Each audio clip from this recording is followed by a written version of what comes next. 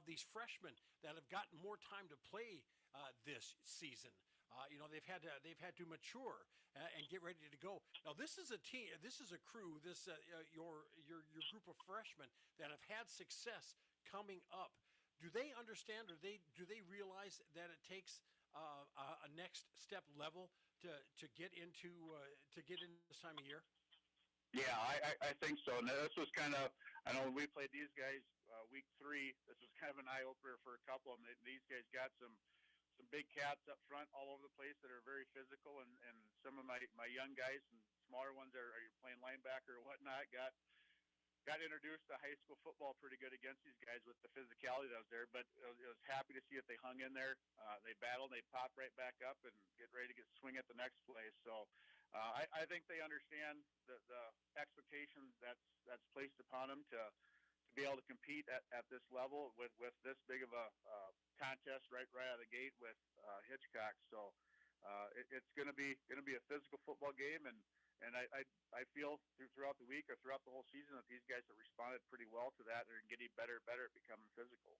And with that, your team this is a different team than what it was at the beginning of the season.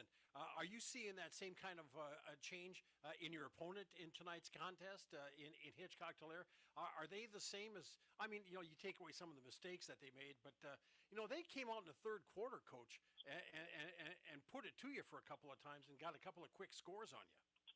Absolutely, yeah. I can't remember what the score was, but I think they scored twice on us, but they had opportunities to score 4 times against us, but we luckily had good defensive stands. The hard part with these guys is that they chew up a lot of clock, and they have a lot of 12 to 18 play drives that are 6 to 8 minutes, 6 to 10 minutes long.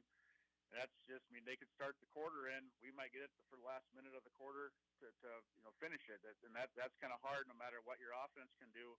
That they just need to have reps out there. So the big thing that we've talked about with going against Hitchcock is if we get it, we need to get them in longer second down situations, where last time we played them was a lot of 2nd 2, 2nd 3s, and the type of offense that they run, that's what they want. And they want to have short yardage stuff because they can just ground and pound you with running their quarterback and plus being able to +1 you on defense. So what they had with the first time we played, they were pretty banged up the first time that we played them, and they've got a few of those pieces back. They got a lineman back that is a top shelf lineman. I know he's banged up with the shoulder a little bit, but he's a high-end football player, a very, very physical football player, and the Ratchin kid. And they have other linemen that are just as good with him. So by getting him back is a huge step for those guys to be able to run the ball like they want to do. So our bucket's definitely going to be full coming into this game. It's not going to be the team that we faced week 3. So. And we know that. The kids know that. We've watched it on film, and we understand the responsibility that's coming up ahead and the expectation of being able to meet their physicality and whatnot. That's one of the things, I guess, that the approach to this game, you said, long drives and such, that from your team or from your defense in particular, and, offense for that matter, that requires patience, Coach. And also, does that also mean lane responsibility, patience and lane responsibility to hold your position and to be able to react to what's being thrown at you? Absolutely. Yeah. The first time we read, I tried to run a defense pretty aggressive, and I'm a lane-oriented defense, and you can do things aggressively. Where this one, we have our reads that go with it. This one, we got to be, like you said, more patient with how we do things. Can't be extremely aggressive, and they don't throw the ball a lot, so that we can't blitz a lot. We don't need a lot of movement out of stuff. If we can be in our spots where we need to be with the scheme that they have or whatever formation they have, and can read our keys, that's going to give us our best chance this week. So the first time we played, I just try to be aggressive with them, and we overplayed some stuff. And when you let their quarterback / running back do what he does, he's super squirrely. He's hard to get tackled. He does a lot for their offense. So we got to do the best we can to read our keys and contain him the best we can, and don't let him have a 2-yard run for 12 yards. Those are the killer ones where we have a stop. And I know the first series we had with them the first time we played had him punting, and we took a terrible route as our DN, took an inside route, and they ran for 15, 20 yards, and we gave them a first down after we took it away. So we have to eliminate them getting big plays on third down to convert to another first down and to another first down to another first down. We just got to get them off the field offensively and let our offense be out as much as they can be. Yeah, the way you were rattling off some of those plays from that game back in not even quite the middle of September, obviously it has stuck with you, Coach. Yeah. I can barely remember what I had for breakfast this morning, but you're remembering what you're facing against them. So, do you feel your team is ready to roll to take that big first step? Yeah. We've had the last couple of days of practices have been well. I feel like our kids are in good positions. They're high spirited. They're excited to get the playoffs started. So it's been a pretty good little atmosphere for our practice the last few days. All right, sounds good. Well, kickoff coming up here in just a little bit as the Chargers try to take that first step in Class 9B playoff football action as the Chargers host Hitchcock. Tom, I appreciate the opportunity to get together and hook up, and good luck in tonight's game. Absolutely. Thanks for covering, GT. Anytime. My pleasure. That is Tom Moore, the head coach of the Sully Butte Chargers. Our pregame show continues with more after this on Country 95.3. Pregame show made possible by Bank West Oneida. Bank West, convenient, connected, committed. Building new, remodeling a little or a lot, or replacing the old with the new, Oliver Construction in Oneida is reliable, honest, and affordable in helping you make your house the home you've always dreamed of. Large or small, inside or out, give Oliver Construction a call at 295-2289 for all of your home construction and remodeling needs. Oliver Construction, 295-2289. Score big on your next vehicle purchase with Lamb Motor Company in Oneida and Gettysburg, Lamb Chevrolet and Implement in Oneida, and Lamb Auto Sales in Pierre. Check out their large selection of new and pre-owned cars, trucks, and SUVs at any one of their locations, or go online to lambmotor.com. That's LAMBMOTOR.com. Or give them a call today at 800-952-2222. Lamb Motor Company of Oneida and Gettysburg, Lamb Chevrolet and Implement in Oneida, and Lamb Auto Sales in Pierre. Whitler Seed Farm, already known for high-quality certified seed wheat, and now they're your Beck Hybrids dealer. Jesse and Sherry Whitler and family are proud supporters of students and athletes of Sully Buttes and wish them all the best this season. Whitler Seed Farm is the industry leader in variety, selection, seed treatments, and their loading is second to none. Visit WhitlerSeedFarm.com or give Jesse a call at 605-280-0152. Your source for seed for every acre. Located in Agar and Oneida, Whitler Seed Farm, 605-280-0152. Eric's Custom Repair supports Sully Butte sports and its athletes. Eric's Custom Repair is your trusted mechanic located in Agar. Stop into the gas and convenience store to fuel up and fill up too. Eric's Custom Repair, located on Highway 83 in Agar. Call today to schedule an appointment. 605-258-2137. That's 605-258-2137 for Eric's Custom Repair of Agar. Go get them, Chargers. Selected to defer. And the Chargers have Sully Buttes wins the toss, and they defer, and they'll get the opening kick into the second half. So we're going to get a chance to see the Faulkton. We're going to get a chance to see the Faulkton offense to get things started. And at one end, it'll be Landon Daykoff. Daykoff, a 6'2", 175-pound junior. The other tight end, Drake Mueller. Mueller, a 6'2", 205-pound senior. Guards, Colton Jungman. Jungman, a 5'10", 200-pound junior. And the other guard will be Foster Bodie. Bodie, a 5'11", 205-pound junior. The center will be Kate Lienhardt, along with a 5'11", 230-pound senior. Your split end is Corbin Stark. Corbin, a 5'9", 150-pound junior. And then the fullback, Tristan Balloon. Tristan, a 6'2", 217-pound senior. Landon Coyle, the running back. Landon, a 5'9", 180-pound. Let's see that he is a junior. The quarterback is Spencer Mealy. Spencer, a 5'11", 165-pound senior. He is elusive. He is one of the top quarterbacks in the area. Chargers defensively. Caden Westerger in that one tackle, a 5'9", 208-pound senior. Zach Wenheimer, Zach, a 6 foot, 153-pound sophomore. And then Cooper Falkenhagen, a 6'3", 225-pound junior. Your linebackers, Karsten Miles, 5'8", 145-pound freshman. Breton Barber, a 5'8", 178-pound freshman. And Tucker Gruis, a 6 foot, 167-pound junior. As the Chargers get ready to kick away, Gavin Colson, a corner, 6 foot, 154-pound senior. The other corner, Bryson LaRoche, 6 foot, 164-pound junior. And the safety, Wesley Whitler, a 6 foot, 161-pound senior. That is the starting lineup as it is Cooper Falkenhagen getting ready to kick it away to get things underway. And kicks a high kick. And it comes down at around about the 14-yard line. And with it for the is Milius as he gets around on the outside and gets into Charger territory for a huge start to the contest. And that is actually that was Corbin Stark. Stark, and it'll be a 1st and 10. And it'll be 1st and 10. To the Charger 41-yard It'll be 1st and 10 on the Sully Buttes 41-yard line. Stark got around on the right side, and just followed a convoy, and the Trojans are getting ready to work as they line up. They have a receiver wide to the right, wide to the left. That is Stark. That's the wide side of the field. It is Milius back in the shotgun. Behind him is Balloon. Balloon's going to get the first carry, and he'll be gang tackled on the play trying to get around the left side. No gain on the play, so it'll be second. It'll be second and actually they're going to say lost a yard. 2nd and 11 now for the Trojans on the Sully Buttes 42-yard line. D.T. Meyer along with you, and Kara White on the camera tonight. Thanks so much for tuning in and joining us as the Trojans break huddle. Stark once again wide to the left.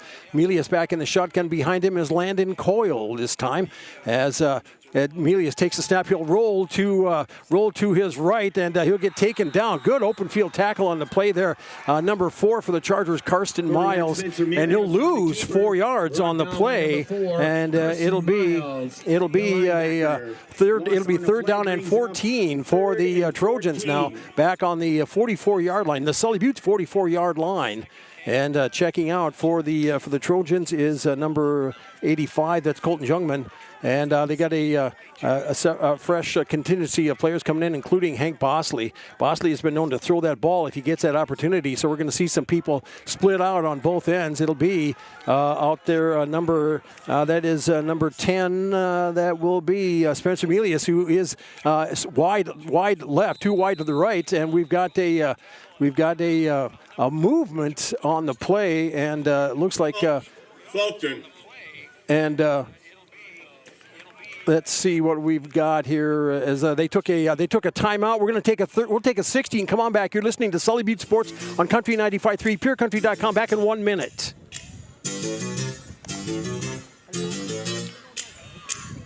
With you, the producer, since 1954. They're one of the largest privately owned elevators in central South Dakota. Their friendly and knowledgeable team of employees is there for you. With 2 120-foot truck scales and 5 dump pits, they're sure to get you back to the farm quickly. They also have a 110-car shuttle loading facility and have 2 grain dryers to help serve you in all your grain handling needs. Call Owyhee Grain Corporation in Oneida at 258-2811 or check them out at OwyheeGrainCorp.com. Grain is their middle name. With over 40 years of experience, Lincoln Out Construction Incorporated is your one-stop shop for grain handling on the farm or commercial. From repairs to complete new build projects. All right, welcome back, everybody. DT along with you as the Trojans come out of the timeout here. Now they have Bosley and that quarterback, 2 receivers wide to the right, 1 wide left, and behind Bosley is Balloon, and Bosley throws it down the middle of the field and incomplete. They go up for Mueller in the middle, and it was tipped away on the play. A nice tip away by number 14 Breton Barber, and it falls incomplete. And Whitler and Breton Barber in on that stop, so it's 4th down and 14 for the Trojans now, and they're actually looks like they're going to be in punting formation, as the punter is usually Mueller, and it is Drake Mueller, and he'll kick it away, kind of a line driver off to the left side, and it's going to skip out of bounds on the far side of the field. Looks like about the 29-yard line. Mueller's punt is whistled dead right at the Charger 30-yard line. They'll be at the 30-yard line, 1st and 10 for Sully Buttes now from their own 30-yard line. So Chargers will get their first chance offensively here in the contest as the Trojans came up and they had plenty of players in the pattern, but just couldn't hook up. Mueller was right there, but a quick defense knocked it away from him. 1st and 10 for Sully Buttes. They have, it'll be Barber wide to the left, 2 receivers wide to the right. Whitler back in the shotgun. Westergren behind him, 1st and 10. And Whitler will take it himself, trying to get around on the right side, and he'll get taken down about at the line of scrimmage. No gain on the play. It'll be 2nd down and 10. Tackled by number 16, the corner, Corbin Stark. So actually give him 1 on the carry. So 2nd down and 9 for the Chargers. And as he faked the handoff to Westergren in the backfield, 2nd and 9 now for the Chargers from about their 31. Whitler in the shotgun behind him, Westergren. 2 receivers wide to the right. That is Colson and Yackley. Wide to the right is Barber. And Whitler takes the snap, looks to his left, pumps, now throws it over to the right side. And the intended receiver was Hudson Barber, who was wide to the wide to the right, and he kind of stumbled going down the sidelines. I don't know if he kind of got messed up going from the infield of the baseball diamond, but it kind of threw off his footing. 15, it falls incomplete, and it will be 3rd down and 9 now for the Chargers. 9:31 to go here in the quarter. Incompletion stops the clock as the Chargers line up here on 3rd down and long. It is Colson along with Yackley wide to the left. And Barber wide to the right. Whitler back in the shotgun on 3rd and 9. Looks to the left. Throws it down the field. And going after Yackley. It sailed kind of high on him, and he got a hand on it, but could not pull it in. It'll be incomplete. It'll be 3rd down. It'll be 4th down and 10 for the Chargers. So it'll be a punting situation time for the Chargers with 9:27 to go here in the quarter. DT along with you, trying to get in a word in edgewise under the speakers here. So doing best that we can. As Whitler, who is the quarterback, is also the punter, as it looks like, I believe it's going to be Stark, is going to be deep, and Corbin had a tremendous return on the opening kickoff. We've got a flag. We've got a flag on it, and Charger punt formation has number 64 as the False start. And it'll be a false start. False start on the Chargers, so they're going to march them off 5. The Charger punter is number 2, Wes Whitler. His long snapper is number 10, Easton Moore. For the Trojans, Corbin Stark is deep. Corbin Stark is standing right about his 38-yard line, as Whitler is going to be back punting from around about his 10-yard line. In motion, going across the formation is number 4 for the Chargers, as Stark catches that at about the 38, and he'll get taken down right at the 40-yard line. Good open field tackle on the play there for the Chargers, number 10. That was Easton Moore in on the stop, as it was Karsten Miles that was actually in motion on the line, but Easton Moore did a nice stop, and it'll be the Trojans getting their chance, their second touch, and we've got a flag out on the field. Let's see what we've got here. Blindside block. Blindside block. 50. And 15-yard penalty. First down. Illegal block on the Trojans, and the flag was about at the 47-yard line. They're marching this one back.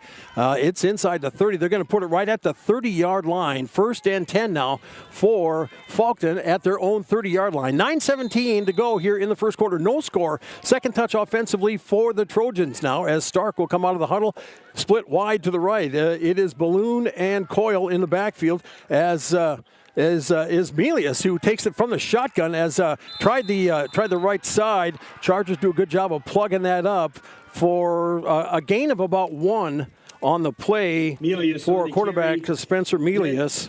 Britton Barber, number 14, makes the stop. Gain of 1, pick up 2nd and 9. So the Trojans now 2nd and 9 from about their own 31-yard line. Good to have you on board here, 9B quarterfinals. There's one final score, and we'll get to that when we get a break, as it's an I backfield here now. Melius will get under center on 2nd down and 9, and they'll hand it off to Coyle, trying the right side, and the Chargers do a good job of stopping him right at the line of scrimmage. They will give him a yard on the carry. That's his first carry of the night. So it'll be third down. Carson Miles. It's actually, they're going to say to 33, so give him 2 on the carry. It'll be now third down and 7 for the Trojans from about their 33-yard line. And the clock keeps ticking here now as they had a run on the play. Taking a long time in the huddle. They'll break out wide. And we have a flag on the play.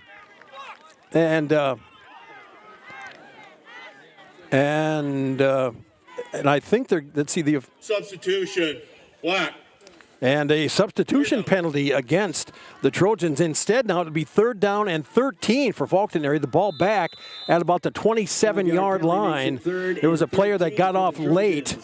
There's 2 receivers wide to the right, 1 wide left. As it is now Bosley back in the shotgun. As a low snap, he picks it up, and we've got a flag on the play as the ball kind of stumbled or just rolled back. Dead ball. Infraction. And another flag against the Trojans, and another 5 yards marked off back to the 22-yard line now. It'll be third down and 19 for the Trojans. That 5-yard walk-off brings up 3rd and 18 at about the 22-yard line. So it'll be a third down here now as the Trojans have more of a ways to go, as they'll have Stark wide to the right with Martin Moss. And then, let's see, they have a receiver wide to the left, and Bosley back in the shotgun. I'm expecting it to be Melius, as Bosley is going to try to take off with it, as he'll get dragged down from behind on the play, and tackle on the play there for the Chargers. That was by Gruis. On the keeper. As tackled by number 9, the linebacker Tucker Gruis. Bosley will pick up in about 14. As they'll pick up, give him 4 on the carry. It'll be 4th and 14 now for the Trojans. And ready to kick away is Mueller. Back for the Chargers is Colson. And a good snap, and he'll kick it away. Kick it high, and it's not very deep as it goes off to the side. And oh my, it's going to be deep into Trojan territory. It's inside the 40-yard line. It's at the 35-yard line. So Sully Buttes will start first and 10 at the 35-yard line. The Falcon area Trojans 35. So first and 10. Excellent field position for the Chargers. Let's see what they can do with it. 6:44 to go here in the first quarter. No score in the ball game in Class 9B playoffs. There was one score, one final in earlier from Class 9B, and that was the top seed. That was Del Rapids St. Mary's with the victory, 56-6 over Corsica-Stickney. First and 10, as is Breton Barber, and he'll get dragged down. He'll get thrown down. There's a flag in the backfield of the Charger backfield after Breton Barber caught a pitch and tried to get around on the right side. Breton Barber. But the flag is thrown back at about the 40-yard line. On the right side. A loss of 5 on the play. And we'll see what we've. Piston Balloon makes the tackle for the Trojans. Number 15. And a penalty on the play on the Chargers as a block in the back, and so it'll be first. And are they going to take the play, or are they going to? Are they going to take the march off here? They're still deciding. The officials are out talking it over. And they're marking it, from the original line of scrimmage as it goes back to, it'll go back to the 45-yard line. So a big penalty, first and 20 for the Chargers now. And both teams have had their penalties here early on in this game. 2 receivers wide to the right for Sully Buttes, 2 wide left. Whittler back in the shotgun on first and 20. Chargers from the 45 as they give it off to Westergren as he tries to get it. And is there a fumble on the carry? Let's see. Charger football is loose. And it is a fumble on the linebacker Cameron Rhodes. Fumble on the play. Faulkton area will recover 1st and 10 on the 46-yard line as he tried to get Westergren around on the right side. And it's a chilly night, cold ball, and the Trojans capitalized. Let's see what they can do with the better field position now, as they are on their own 46-yard line. Receiver wide to the left, and back in the shotgun it is Melius. And Melius will pitch it out, and he'll try to get it to Coyle, and he'll turn it up the field for a yard on the play. And it'll be second down at about 9 now for the Trojans. Landon Coyle, number 23, takes that little option pitch. And they're going to say by Brenton Barber no carry, no gain on the carry. No so it will be now second down and 10 for the Trojans after Coyle tried the right side, and back in the shotgun, Melius now single back behind him. In motion is Stark from the right side. That's going to the wide side of the field on the left. Takes the snap, drops back, throws it over to the side. It's got a screen on the side as Mueller catches it. He gets it across the 40 into Charger territory. As he had a nice setup as the Chargers flowed in, and it'll be 1st and 10 for the Trojans now, as the ball will be back. It'll be up on the Sully Buttes 36-yard line. So 1st and 10. From Melius to number 28, Landon Dickoff. Big gainer, Trojan first down before. And 46 to the 36. So 4-16, a 22-yard pickup, 1st and 10. 1st and 10 for the Trojans in Charger territory once again. Receiver wide right and wide left. Melius back in the shotgun. Behind him is Balloon. Takes the snap. Handoff. They're going to try Balloon trying on the left side as he'll fall it forward. Keep going forward and falling forward as he picks up close to 10 on the carry. Gets it across the 30 into fullback Tristan Balloon about the 27-yard line. Big gain, number 80, Zach Weinheimer, and they're going to give him the tackle. They'll give him 9 on the carry. 2nd and 1 for the Trojans now. It's on the Charger 27-yard line. 2nd and 1. As it'll be Stark wide to the right, and that's the wide side of the field. Melius will be under center. Balloon, and I believe that's Coyle behind him on 2nd and short. And the handoff to the up back, that's going to be Balloon once again. He'll have enough for 1st down as he gets it close to the 20. Let's see what they get as they unpile, and where it'll be enough for a 1st down. For a Trojan 1st down. As it'll be a pickup of 5 on the carry. So it'll be 1st and 10 for the Faulkton area Trojans. And 14 yards here, and Balloon's been doing the damage here and carrying it. And Mueller had a great pickup, and it'll be 1st and 10 for the Trojans now on the Sully Buttes 21-yard line. Melius back in the shotgun. He's got a receiver wide to the right. Behind him is Balloon. As looks like Melius is going to take off with it and try to take off with it, and he'll get caught at the line of scrimmage. He'll fall forward across the 20 to about the 19. So a couple yard pickup on the carry. They're going to give it to. They're going to give him. Actually, they're going to give him 4 on the carry. So it'll be 2nd down and 6 for the Trojans, as the Charger defense here now is the Trojans are definitely making hay and moving down the field. As let's see, there's a 4 for another 8. As it'll be 2nd down and 6, and Melius takes a step, gives it off to Balloon, trying the right side, splits a couple of tackles, keep going ahead for a 1st down. He gets it inside the 10, inside the 5, down to the 2-yard line. The fullback from the 18. Tristan Balloon. As a Balloon with a picked up 1st and goal. Picked up at we're going to mark it at the 2-yard line, so about a 14-yard pickup on the play. 28 yards so far for Balloon. 1st and goal now for the Trojans on the Sully Buttes 2-yard line. 3:20 to go, 1st quarter, no score. Trojans knocking at the door. Stark is wide to the right. Melius back in the shotgun. Behind him is Coyle. Takes the snap, looks to the right, looks up the middle of the line, following his blockers.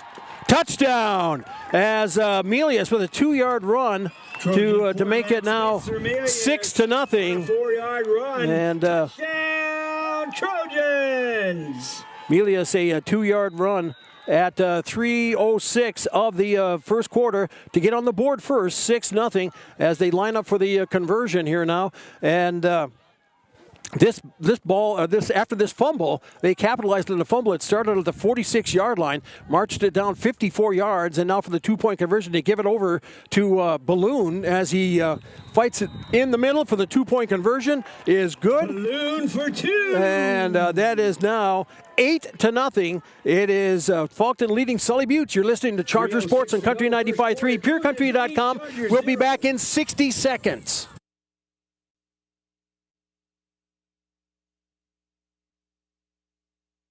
Carry at Deuces Wild is carrying Alcoa hot pressure washers with over 100 types of units and the ability to custom make your own. Alcoa cleaning systems are made in both electric or gas motors and are made right here in South Dakota. These systems are great for all your heavy cleaning needs in the shop, tractor, or barn. Need maintenance on your vehicle, small engine repair, or Alcoa system? Check out Deuces Wild on Facebook or come see Carrie at 20651 Grace Avenue Pier or call 605-222-3859. Inheritance, romance, and investment scams continue to plague South Dakotans with high dollar amount losses. They prey on vulnerable adults and swindle consumers out of their funds. Scammers befriend the victim, making it difficult for them to see the reality of what's happening. If you have a loved one susceptible to this type of scam, sit down and talk with them about these issues before it happens to them. If you or a loved one have been scammed in this manner, please reach out to the South Dakota Office of Attorney General's Consumer Protection Division at 800-300-1986.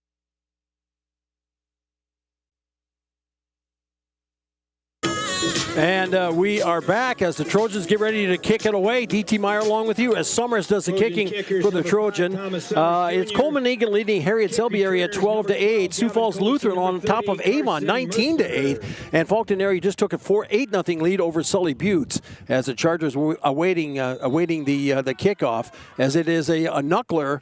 And the Chargers will just fall on it and start 1st and 10 at about the 35-yard line. Karsten Miles landed on top of it. Sully Buttes will now get another opportunity. That'll be their 3rd touch.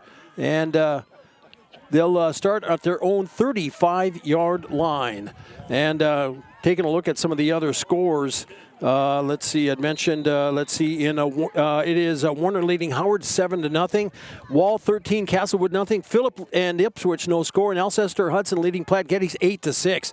That is in Class 9A. Here the Chargers come out of the huddle. They have 2 receivers wide to the left. Westergren in motion in the flat and through his hands, and he'll fall incomplete.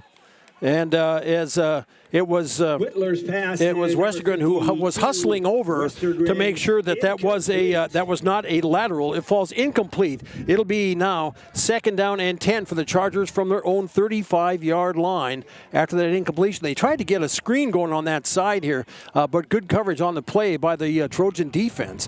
Incompletion stops the clock at 3:01 of the first quarter. 8-0 our score. Faulkton area leading Sully Buttes.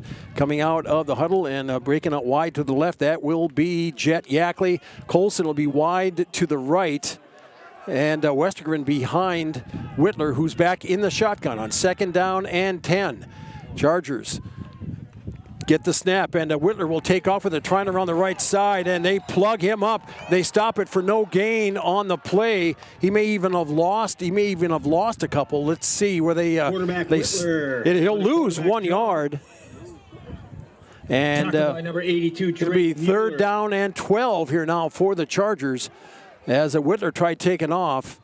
And the Trojan defense did a good job reacting and plugged up that right side. 3 receivers will come out of the huddle wide to the right now, as it is Yackley along with Brettenbarber and Colson. 1 receiver wide to the right is Whittler back in the shotgun now on 3rd down and 12.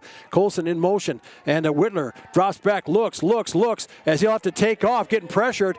He'll take off with it. We got a flag on the field on the far side. And he'll go out of bounds at about the original line of scrimmage, right side, as he couldn't find anybody open down the field. Penalty on the play.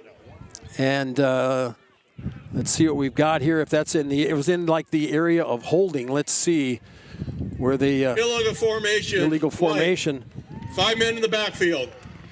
And Second. So it'll be they'll say illegal formation, and they'll The ball will be back at the. White, the penalty's declined. Okay, so it'll be Third down. it'll be 4th down and 12.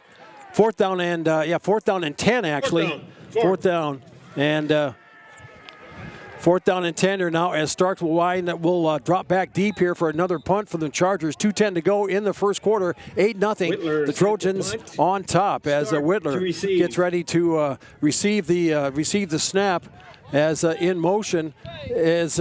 Gets it, Whitler sets, fires, kicks it down the field as Stark will let it roll, and a good kick it is. It goes down inside the 20. Let's see where they mark it if it went out before the 20-yard line marker, and they're going to mark it at the 23-yard line for the Trojans. Whitler gets off a nice punt.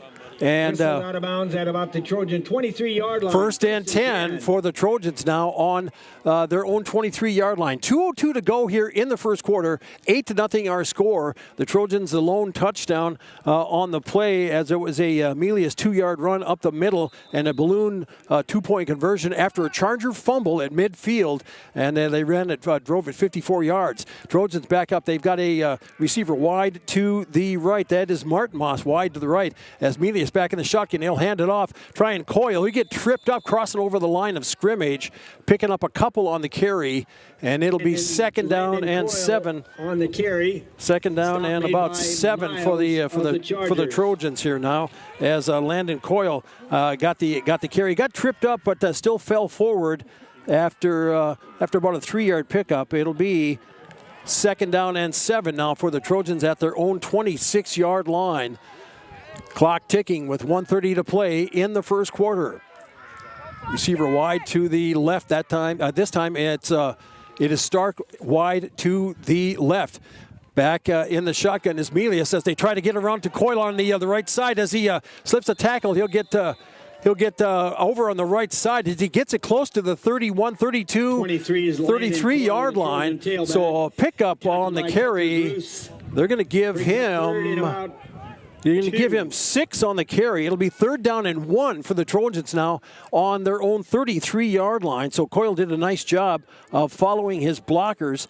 He now has, let's see, it looks like he has 17 yards on 4 carries as a 3rd down and short here for the Trojans. As an I backfield on 3rd down and short, a handoff. They'll give it off to a Balloon as he'll have enough for 1st down as he crosses over the 35-yard line, and it'll be to the 36. First down. And 2 for on the stop for the Chargers. 1st and 10 at the Trojan 36. And the Trojans here now get to pick up their first down of this series. And they have 23 seconds. I think this could be the last play of the first quarter as they line up. And 15 seconds left to go in the quarter, and let's see if Melius will get a play off as they'll wait. And it looks like they're just going to go ahead and count it down, and we'll continue play in the second quarter. That's it after one. After one, it is Fulton 8, Sully Buttes nothing, and we'll be back in 60 seconds on Country 95.3, PureCountry.com.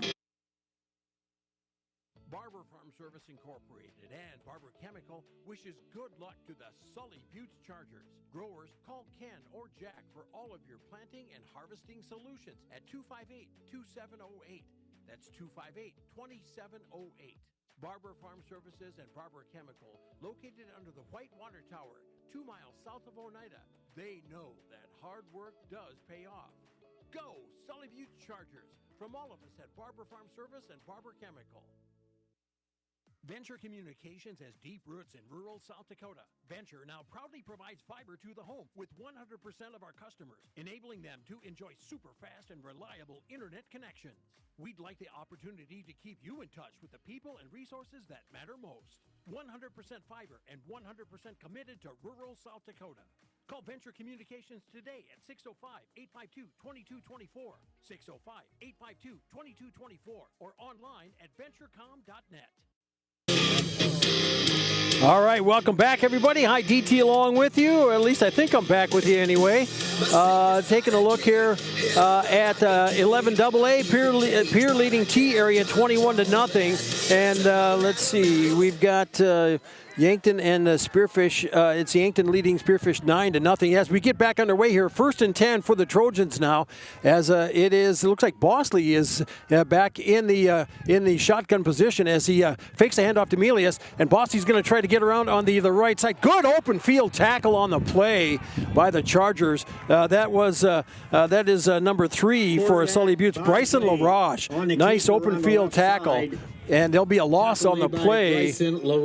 And there'll be a loss of 2 on the play for Bosley. And it'll be second down. And it'll be second down and 12 for the Fulton area Trojans at about their 35-yard line. Just underway in the second quarter, 8-0 our score. Trojans with the lead. When we get the opportunity, we'll run down some other playoff quarterfinal action from around the state. Back in the shotgun once again, Melius. He takes a snap from the shotgun. Pass goes over in the flat, and he had to get rid of it quick. He was getting pressure around from the right side. It falls incomplete, and it'll be third down and 12 here now for the Trojans back from about their 35-yard line. They quickly hustled to get up there as Melius, Bosley, and Coyle all coming in from the sideline. Let's see what they come out here with now. That incompletion stops the clock at 11:18 of the second quarter. Starks will go wide to the right. That's the wide side of the field. Wide to the left. It is Melius along with the number 24, Martin Moss. Bosley is the quarterback in the shotgun. Behind him is Coyle. In motion is Melius as takes the snap, looks over the middle, looks to the left side, and he'll get taken out of bounds. Catch made on the play by Mueller. And that was Bosley's pass is hauled in by number 82, Drake Mueller. And there'll be about a 5-yard pickup on the play, and 5-yard pickup for Mueller after he had a nice gain on his first initial of 21 yards.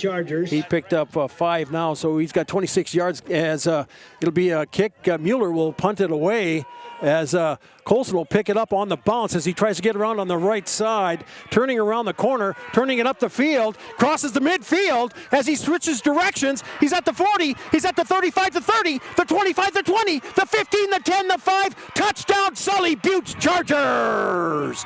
Looking for flags on the field, no flags on the play, and that was a run back of 71 yards as Colson with the run, and a 70-yard run. Chargers. And it'll be Sully Buttes on the board, 8-6, and the run by Colson, a 70-yarder at the 10:51 mark, to put Sully Buttes on the board. 8-6 our score at 10:51. Three different parts of a football team: offense, defense, and special teams. And that's the Chargers. It's been a while this season here since they've had a run back for a touchdown, as the Chargers line up for the 2-point conversion here. Now they have 2 receivers wide to the left and 1 wide right as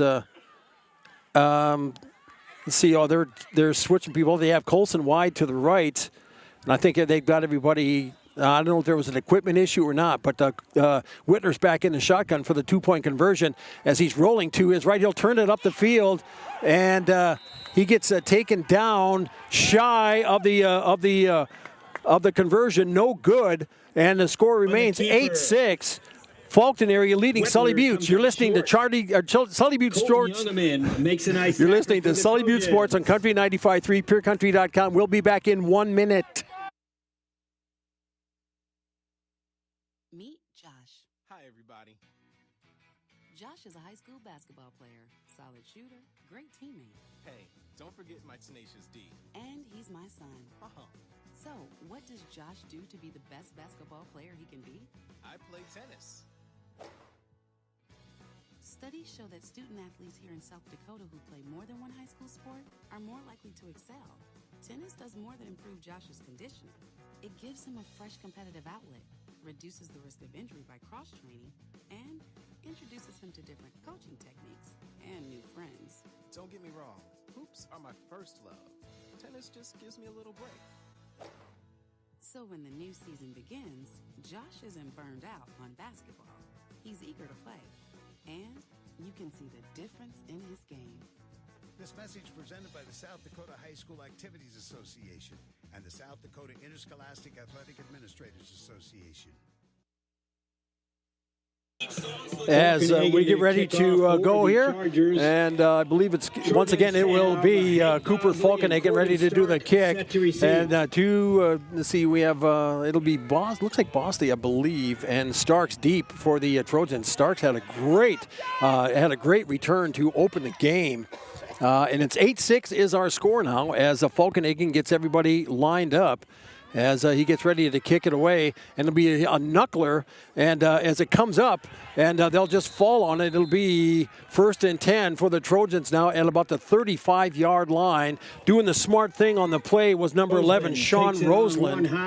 And it'll be 1st and 10 for the Trojans now. At the Trojan 35-yard line. So first and 10 for Falkton here now on their own 35-yard line. D.T. Meyer along with you as the Trojans are out. When we get the opportunity, we will pass along some scores, but trying to keep you up play by play. It's keeping a pretty fast pace. Trojans come out of the huddle with Starks wide to the right. Back in the shotgun, Melius behind him, Balloon. Balloon will take the snap. As he's turning it up the middle, he'll get pulled from behind, but still fighting his way forward and falling forward as he gets about 8 yards on the carry. They're going to give him actually close to 9 on the carry.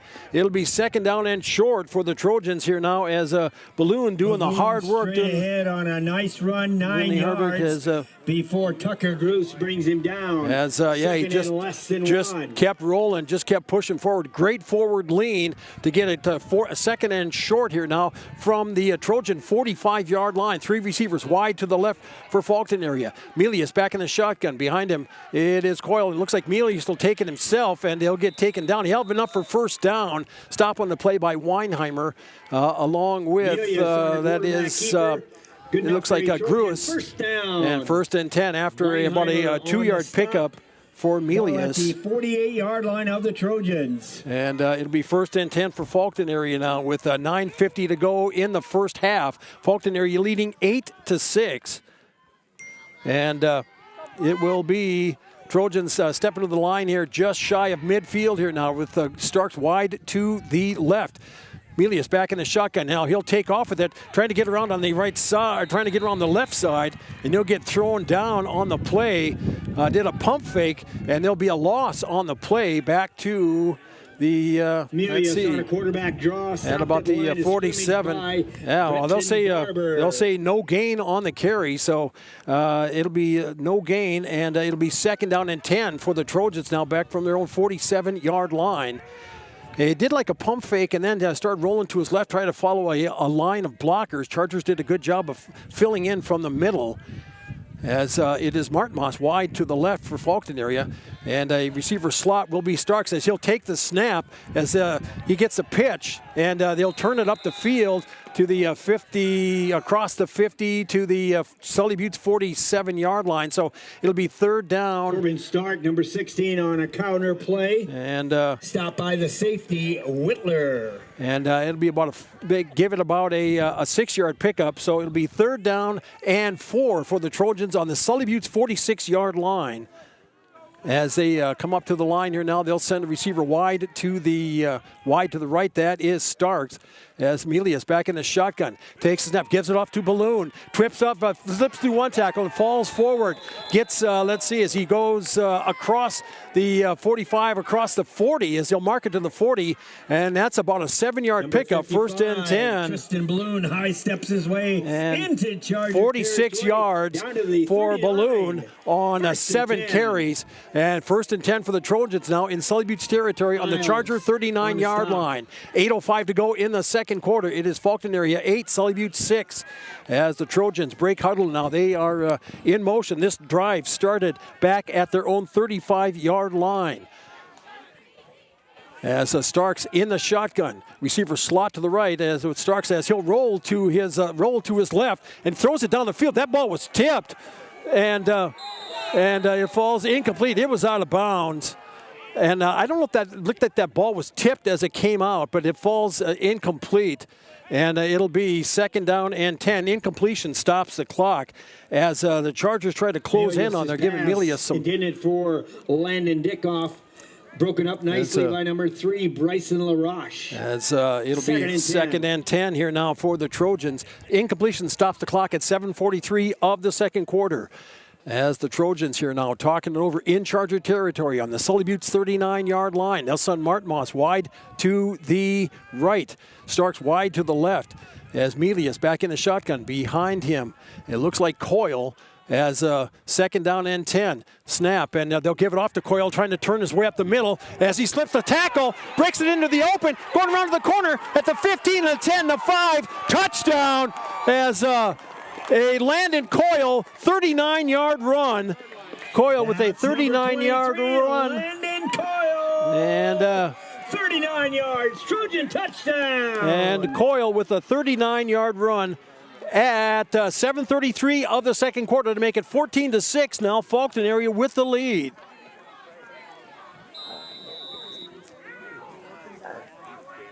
And let's see, 7:33 of the first quarter.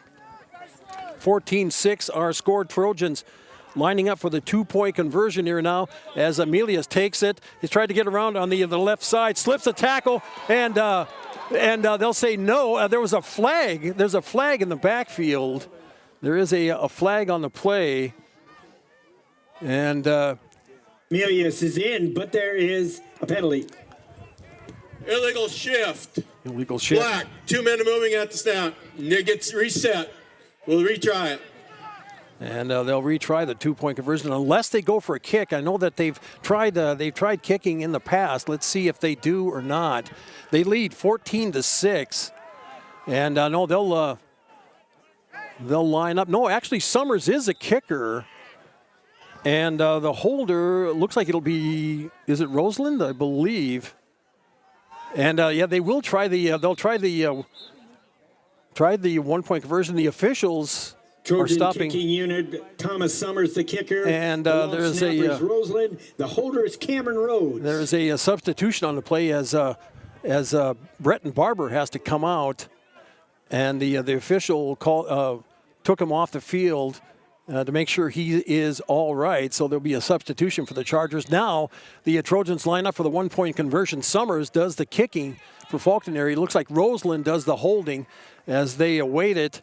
And a high snap, but they do get it down. And a kick shanks off to the left. No good. Score remains 14-6. Faulkton area with the lead. You're listening to Charger Sports on Country 95.3. Number 2. And we'll take 60-second timeout. Come on back in 1 minute. The Sully Buttes Chargers are on fire, and so is our grill. Before you head to the field or the court, stop by the corner. We're celebrating the Chargers. Come fill your tank, grab a drink, snack, and show your team spirit with us. It's where Charger Nation gets ready to go. For either home or away game, fill up your car and your stomach. Call ahead if you're running late at 605-258-2400. Order your pizza or burgers and have them waiting on you. The corner is located on Highway 83. Sunrise Bank Dakota in Oneida, they make banking easier with convenient mobile banking.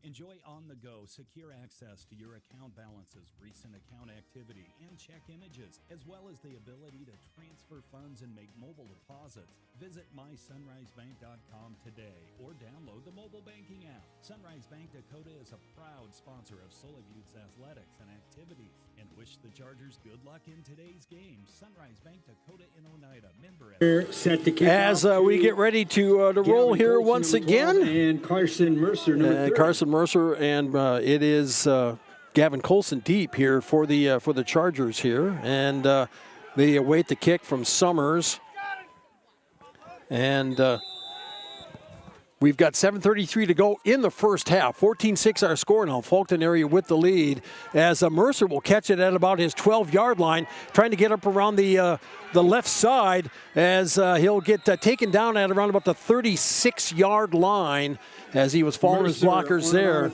So first and 10. Brought down by the kicker, Thomas Summers.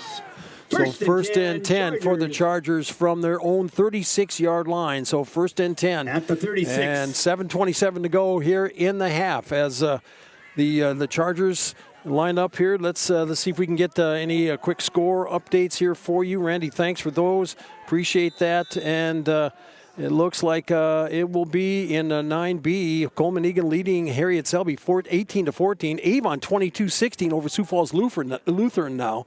And then Del Rapids St. Mary's earlier beat Corsica Stickney 56-6. The final there. The winner of this matchup will face Del Rapids St. Mary's next Friday. 1st and 10 for the Chargers. 3 receivers wide to the right. Whitler in the shotgun. Takes the snap. Looks to his right. Looks. Now he'll roll. Pass goes into flat. Catch made out there by Colson as he gets around the outside and turns it up the field. He gets it across the 50 from the 36 all the way to the 47-yard line. So nice pitch and catch here as Gavin Colson picked up on the play. Give him a 16-yard completion. 1st and 10 here now for the Chargers on the Trojan 50-yard line.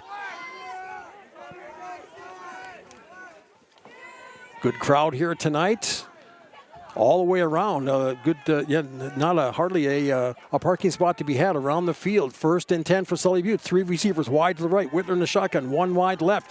Looks to his left. Looks. Pumps. Throws it down the field. And through the hands of Hudson Barber. But there is a flag in the backfield.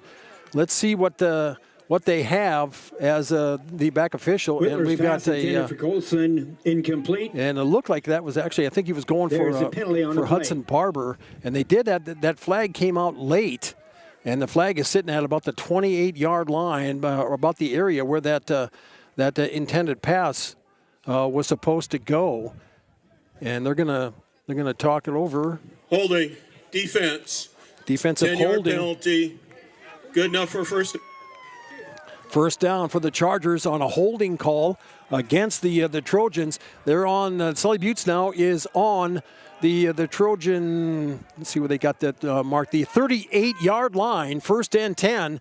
As the Chargers here now, 2 receivers wide left, 1 wide right. Whitler will hand it off to Westergren, trying the middle, and breaks a tackle, and still trying to fight his way forward, and hangs onto the ball, picks up a nice pickup 12 on the carry for Westergren. And that should be enough for a first down. But not before the Chargers pick up another first down. As the ball will be now at the Trojan 20. What is that, about the 20, let's see, is that the 27-yard line, 1st and 10 for the Chargers, as Westergren having good success. That's his first successful good run of the evening. It's Colson wide to the right on 1st and 10, and Whitler now will lose the ball, and the Trojans pick it up, and a fumble on the play, and picked up by Balloon. Tristan and picks up that loose football. And it's Trojans. Trojans will start 1st and 10 on the Charger 49-yard line. And I don't know if it was if Whitler was ready for it or not, but the ball came back and it went off his hand, slipped out, and the Trojans were Johnny on the spot, got the football and pushed it up the field, and they converted on another Charger turnover earlier in this half. Can they do it again with 6:36 left to go in the second quarter? Trojans with the lead, 14-6. 3 receivers wide to the right for Faulkton. 1 wide left to break it over on the side is Melius. Back in the shotgun is Bosley. Bosley looks, throws it down the field. It's got a wobbler coming down. And a catch made by Melius. Touchdown, Trojans. A 49-yard strike from Bosley. Hank Bosley and to Spencer Melius. Melius with the Trojan touchdown. And Melius with the catch, a 49-yarder, and it looked like they had it defensed well, but the ball kind of bounced up. Melius got it under control and brought it in for 6, and now it's 20-6. Faulkton area leading Sully Buttes with 6:28 to play here in the second quarter. Trojans lining up for the 2-point conversion. Trying to add to it. Melius will go under center. He has Balloon behind him. He'll give it off to Balloon, trying the right side, and he'll get taken down back there. And a stop on the play there for the Chargers by Miles. And score remains 20-6. And Bosley to Emelius 20-6. puts him into the end zone. Trojans. Back in 1 minute. You're listening to Sully Butte Sports and Country 95.3, PureCountry.com. Back in 60 seconds. YAG Air Incorporated is your locally owned ag chemical and seed retailer. YAG Air Incorporated offers reliable ground and aerial application. For the latest seed and chemical pricing, contact Kyle at 605-280-8710 or Tony at 605-280-4771. YAG Air for all your ag chemical and seed needs. Kyle 605-280-8710 or Tony 605-280-4771. Before or after the game, get together with friends at the Blue Goose in Oneida. The Blue Goose has a relaxing atmosphere, and it's a great place to talk about the game. Not only that, but you can see info and pictures of past teams and players. It's history with the focus on the future. Be sure to kick back with friends and coworkers at the one spot that has it all. The Blue Goose in downtown Oneida. Proud to be a supporter of Sully Butte Sports. We are back here now in the Trojans. Summers set to kick. Trojans to have capitalized on another Charger mistake. 2 fumbles and resulting a total of 14 points for Faulkton area as they line up to kick it away. Summers ready to kick it away deep for the Chargers. Will be Mercer and Colson, and it's kicked away and kind of a knuckler as it'll be. Mercer, will he let it go out of bounds? And he does, and it just goes out of bounds. So the Chargers will start 1st and 10. We'll start 1st and 10 at the 35-yard line if they accept the penalty. Summers' kick whistled out of bounds. Chargers will have it at their own 35-yard line, 1st and 10. So the Chargers here now with a 14-point deficit, looking at 1st and 10 from their own 35-yard line. Block. Be first down. So Colson will come out wide to the right for the Chargers. 2 receivers wide to the left for Sully Butte. That is Yackley over there along with Barber. Whitler back in the shotgun. Takes the snap. Hands off with it to Westergren. And he'll pile it forward on the play. Gets it across on the carry. The 30 up to the 39. 4-yard pickup for Westergren. 2nd and 6. So about a 4-yard pickup for as it's 16 yards on 2 carries now for Westergren. And Chargers looking at 2nd and 6 from their own 39-yard line. Colson comes out of the huddle wide to the right, 2 receivers wide to the left. Whitler back in the shotgun behind him. Westergren once again, their usual lineup. As the senior quarterback takes the snap, hands it off again, and nothing doing this time. Trojans plug up the middle, and there'll be a loss of 5 on the play. They'll actually lose a 4 on the play, and it'll be 3rd down and 10 for the 3rd down and 9 rather for the Chargers. And they went to it. They went to it again, and the Trojans were expecting it this time and plugged it right up the middle. So 1st and 10, 5:25 to go in the second quarter. It is Faulkton area 20, Sully Butte 6. 2 receivers wide to the right, 1 wide left. Whitler gets Colson in motion and into the slot on the right side. Takes off with it, and the pass goes incomplete. As he tried to go to Colson up the far side on the right side. It goes incomplete. It'll be 4th down and 9 now for the Chargers back from their own 37-yard line. 12, so falls incomplete. Broken up nicely by number 24, Max Martin. It'll be punting situation. Incompletion stops the clock at 5:12 of the second quarter. Trojans with the lead, 20-6. D.T. Meyer along with you, and Tara White has been kind enough to step in and do the camera. We appreciate that. You're listening to Sully Butte Sports and Country 95.3 KLXS Pier. Whitler, who had an excellent punt the last time, will kick it away as it is Starks deep for the Trojans. Whitler waits for the snap, gets it, sets, kicks it away and over end, and it skips down the field, and it's finally going to die around about the 23-yard line. 1st and 10 for the Trojans, back from about their 22-yard line. There's line drive punt, whistle dead at the 23-yard line. Trojans 23-yard line, so 1st and 10. There's a set of headlights in the southwest corner of the football field. You please must turn off your lights. as the Trojans here now with a 14-point lead, 20-6, with 5:02 to go here, are looking to keep their hands on the ball and burn up the clock. Chargers will get the opening kick into the second half, but they've got an uphill.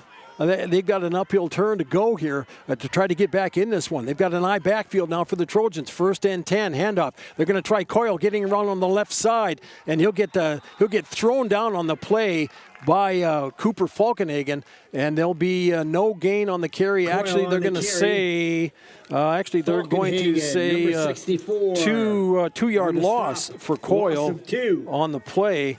And, Once again, headlights in the southwest corner of the football field. Please turn off your lights. As the Trojans line up here, receivers wide right and left. Milius back in the shotgun. Behind him is Balloon, 2nd and 12. And they take the snap. They'll give it off to Balloon, trying the middle, and he bounces off one tackle, still fighting his way forward, and forward momentum stops. And they whistle it dead. As they'll give him 3 yards, Balloon 3 yards on the stop by Barber, the linebacker. As that looks like a 4-yard pickup is what they're going to credit him for. He's got 50 on the night on 8 rushes. It'll be now 3rd down and 8 for the Trojans from their own 26-yard line. As they're looking at 3rd down, as they'll send, it'll be Stark wide to the left, and I believe that's Martinmas wide to the right. And quick snap as a pass goes in the flat, catch made out there by Stark, slips a tackle, slips another tackle, fights it forward, and gets enough for a 1st down on the play.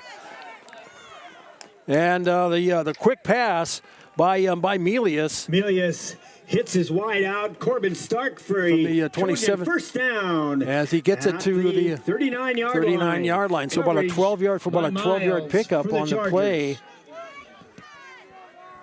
And that was Starks, and that was actually his first reception of the night. That keeps the clock at 3:10 and clicking as Trojans 1st and 10 from their own 39. A handoff. They're going to try Balloon up the middle. Still going, and gets taken down on the play as he gets it across midfield, across the 50, up to about the 40, up to the 36-yard line. He went from the as he 1st and 10 for the Trojans, and Wes Whitler. And let's see, that's 10-20. That was a 24-yard pickup by Balloon. So another big chunk here, 74 yards on the night, and it's 1st and 10. Trojans on the Charger 36-yard line, 2:40 to go here, and they're just chewing up clock and chewing up the field as they move. Starks is wide to the right as it is Milius back in the shotgun. Behind him is Coyle. He'll fake the handoff. He'll take it around the left on the left side. He'll slip a tackle, breaks it into the open, gets tackled from behind on the play as he goes all the way from the 36 all the way up to the Charger, inside the Charger 20. On to keep around the left side. As it'll be Carson Miles. It'll be the market at from the 39 up to the Charger 16-yard line. So let's see. That is a 21-yard pickup for Milius as he slipped it around the left end, and he's got 34 yards rushing here now. 1st and 10 for the Trojans, and man, they're just chewing up yards down the field. They're inside the Sully Buttes 20 on the Charger 15-yard line. As Milius will hand it off to Coyle, trying the middle of the pile. He'll get taken down from behind. And it'll be 2nd down for the Trojans. Coyle on a carry after a pickup. Side of that Trojan line, Caden Westergren. A pickup of 7 on the play. Pickup of 7 on the play for Coyle. And they just keep working their way down, and it's 1:35 to go in the half. Trojans leading 20-6. They're looking at a 2nd down and 4 from the Charger 8-yard line. Milius in the shotgun, hands off to Balloon, got tripped up, kind of slipped up in the backfield. No gain on the carry, and it'll be down by no gain on the carry. So it'll be 3rd down, 3rd and 3 for the Trojans on the Charger 8-yard line. And as the Trojans here now with 1 minute to go in the half, leading 20-6 and still knocking on the door inside the Charger 10. Melius takes the snap, trying to fight his way up the middle as he slips a couple of tackles, still fighting forward, and he'll get stopped. And the officials make a whistle on the play, and they stop the. They called it momentum dead, so they stop him on the quarterback keeper as he gets it inside the 5. Number 2, Whitler, and he'll get it down to the 3-yard line. So a 5-yard pickup, first and goal for the Trojans now, as they take the snap and. Try in the middle, we got a flag on the play, and there's a false start on the Trojans, and that'll stop the clock at 36 seconds as they quickly try to get it up and push it into the end zone. Dead ball. False start. Offense. And they'll mark it back 5 yards. So it'll be first and goal from about the Charger 8-yard line now, with 36 seconds left to go in the half. And so far, it's been about like an hour and 5 minutes to go in this first half. It's a pretty fast-paced game. Trojans will come out of the huddle with Starks wide to the right. Melius will be back into the left. Chargers will take a timeout. Their first charge with 27 seconds left to go.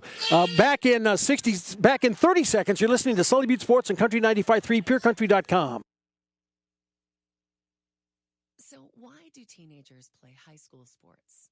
My reason why is a sense of purpose. My reason why is to inspire others. One reason student athletes seldom mention is to get an athletic scholarship.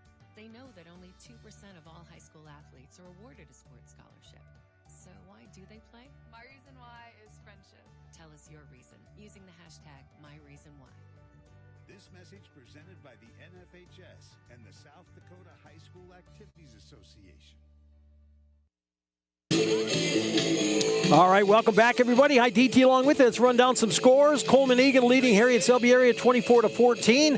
It's Avon 30, Sioux Falls Lutheran 22, and Fulton area leading Sully Buttes 20-6. In Class 9A, Platte Geddes 14, Alcester Hudson 8. 6-6 between Phillip and Ipswich. That's a good contest. Wall 27, Castlewood nothing. Warner, Howard leading Warner 28-7.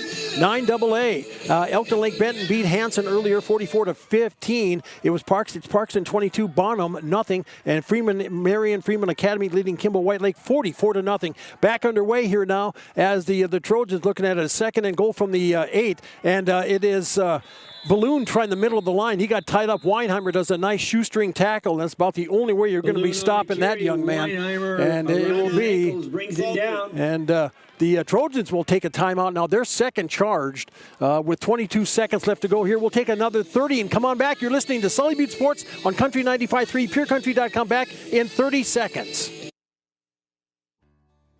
At 83 Ag Sales, we specialize in precision planting to help you create a growing environment that will maximize your efficiency and crop yields. We're committed to helping you improve your planting and production with the best technology available. Located in Oneida, 83 Ag Sales, here to make the most of your growing season.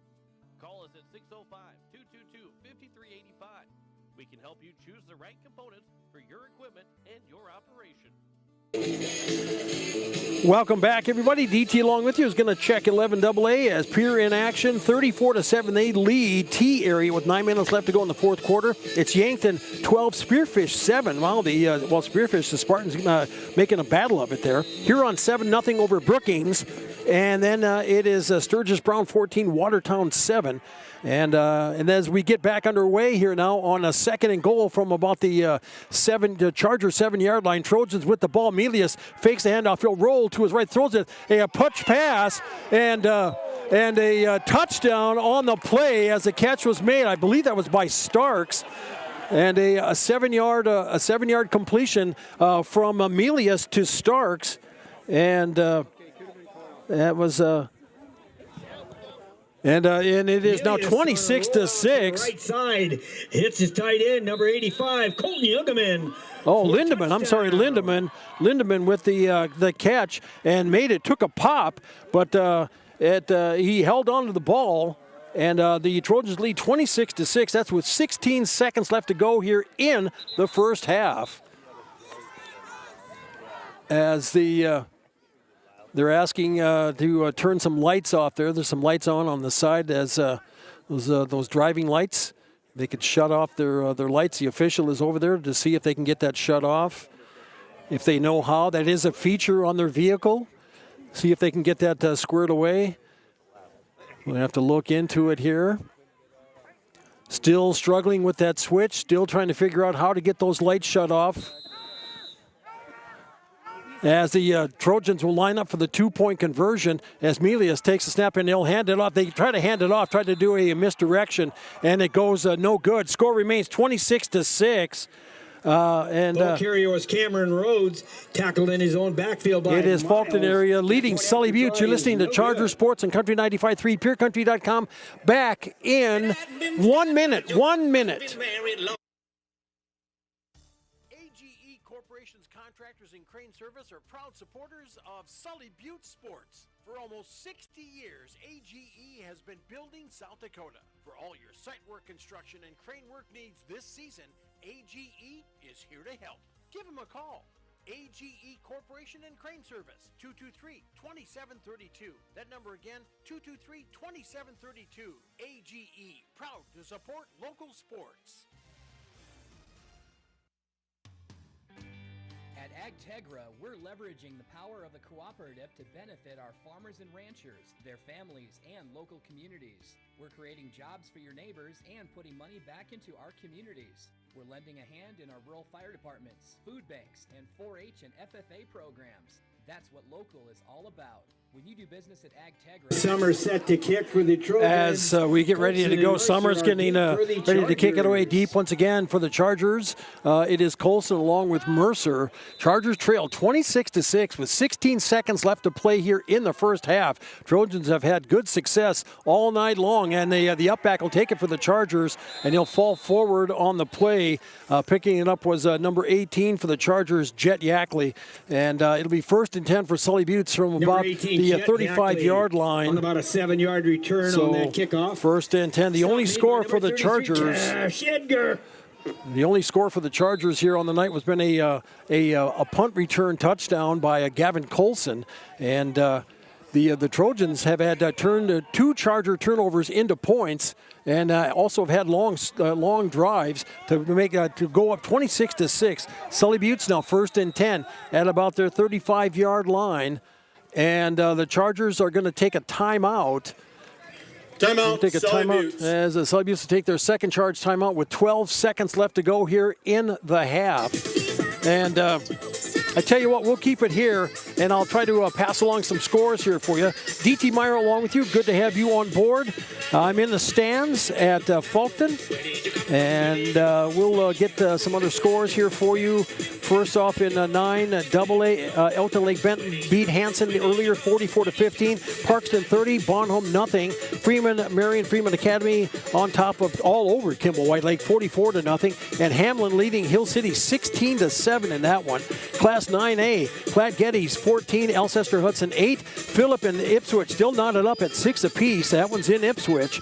And there's 6 minutes left to go in the third on that contest. It's Wall 35, Castlewood nothing. And Howard leads Warner 28-7. In 9B, it's earlier Del Rapids St. Mary's over Corsica Stickney 58-8. And it was Coleman Egan leading Harriet Selby 24-14. And Avon 30, Sioux Falls Lutheran 22. And Faulkton area leading Sully Buttes 26-6. So that is where we stand thus far. Chargers now come back here after that timeout. 12 seconds left to play. 3 receivers wide to the right. Whitler will take off as he's trying to get around on the left side. Gets around. He goes out of bounds, and with 4 seconds left, gets it to close to midfield as he picked it up from the 35 all the way 45. To the 46-yard line. So an 11-yard pickup by Whitler, and it is now 1st and 10 with 4 seconds left to go. Chargers trailing 26-6. They do get the opening kickoff to start the second half. They'll send receivers out of the huddle. It'll be Yackley wide to the right along with Colson, and also Brettenbarber wide to the right for the Chargers. Whitler back in the shotgun, receiver wide to the left as Colson in motion. Whitler takes the snap, looks, steps up, and as he's gonna take off, he'll throw it back, and the throwback goes to let's see, as they try to get it over and pass. It was just a lateral on the play to Easton Moore, and it stops at the 50, and that's going to be the end of the half. At the half, it is Fulton area 26, Sully Butte 6. You're listening to Charger Sports on Country 95.3, PureCountry.com. We'll be back for the Blue Goose halftime report. That comes your way in 3 minutes, right after this 3-minute timeout. Teamwork is important to Barber Chemical in Oneida. With a full-time agronomist, sprayers, and licensed applicators, they have the team to get the job done. Their fully stocked warehouse will always have the latest products and technology available. Service, quality, and efficiency. That's the game plan at Barber Chemical. See Barber Chemical for your soil and tissue sampling needs. Good luck, Chargers, from your teammates at Barber Chemical in Oneida.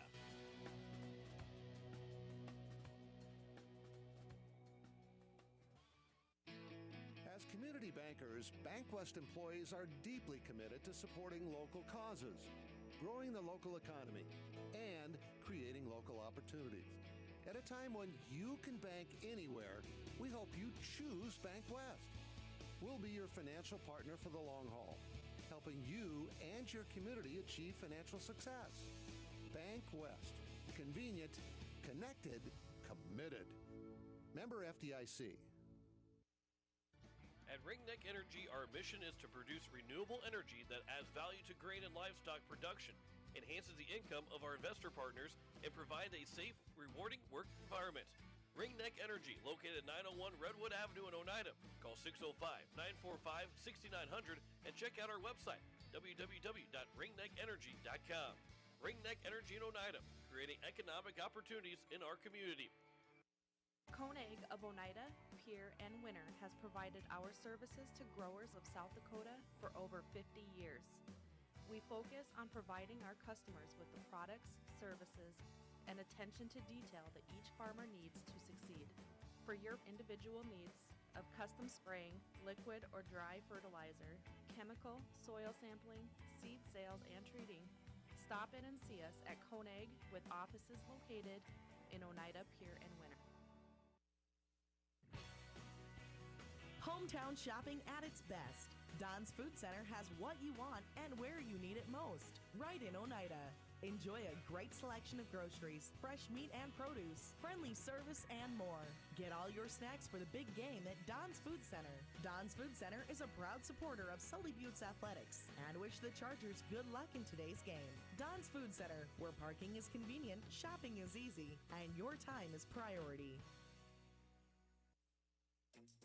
Is it the competition that keeps bringing you back? The long-standing rivalries? Or is it seeing friends again and cheering on your favorite team? At First Dakota, we're here for it all. We appreciate the fans, the players, the coaches and officials, the concessions crew. The shared community experience is part of what makes life here great, and we're here for it. See you at the game. First Dakota National Bank, member FDIC.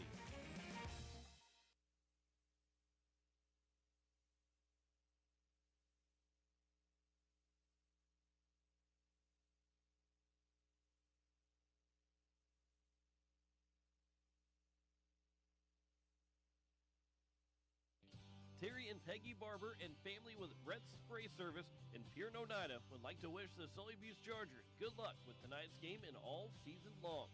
Call Brett's Spray Service today at 258-2743 for all your aerial application and retail chemical sales needs.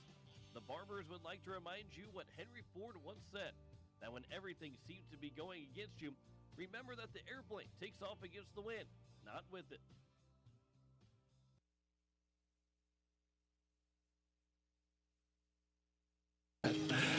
It is halftime, everybody. Hi, DT along with you. Good to have you on board as the Chargers here are now they got a big hole to dig out of. They're leading. They trail 26-6 to the Fulton area Trojans, and boy, the stats show it. Fulton area has been all over the Chargers here in this contest. Offensively for Sully Buttes, they've got 27 yards rushing, 16 passing for a total of 43 yards on the night. And they've got that one touchdown from a punt return from Gavin Colson. So they've got a total of 43 yards offense for the Trojans. Get this. They have 206 yards rushing, 206 on the ground, 93 through the air, 299 yards offensively for the Trojans in the first half. Man, oh man, they are just putting the wood to them. And Trojans fans, Faulkton's competition cheerleaders play 7th. So that's pretty much what it's been. I take a look at. We'll run down the scores and the plays coming up here next. You're listening to Sully Butte Sports on Country 95.3, PureCountry.com. We'll be back in 3 minutes after this 3-minute timeout. Competition team. Venture Communications provides blazing fast speeds for affordable internet services. Streaming has never been so easy as it is with these super fast speeds. Don't want to leave the house to mail in that pesky bill? That's okay. Venture Communications allows you to pay your bill online or with an e-bill mobile app. They have local support to help with all of your needs. Contact Venture Communications at 605-852-2224 or visit our website at venturecom.net. Building new, remodeling a little or a lot, or replacing the old with the new, Oliver Construction in Oneida is reliable, honest, and affordable in helping you make your house the home you've always dreamed of. Large or small, inside or out, give Oliver Construction a call at 295-2289 for all of your home construction and remodeling needs.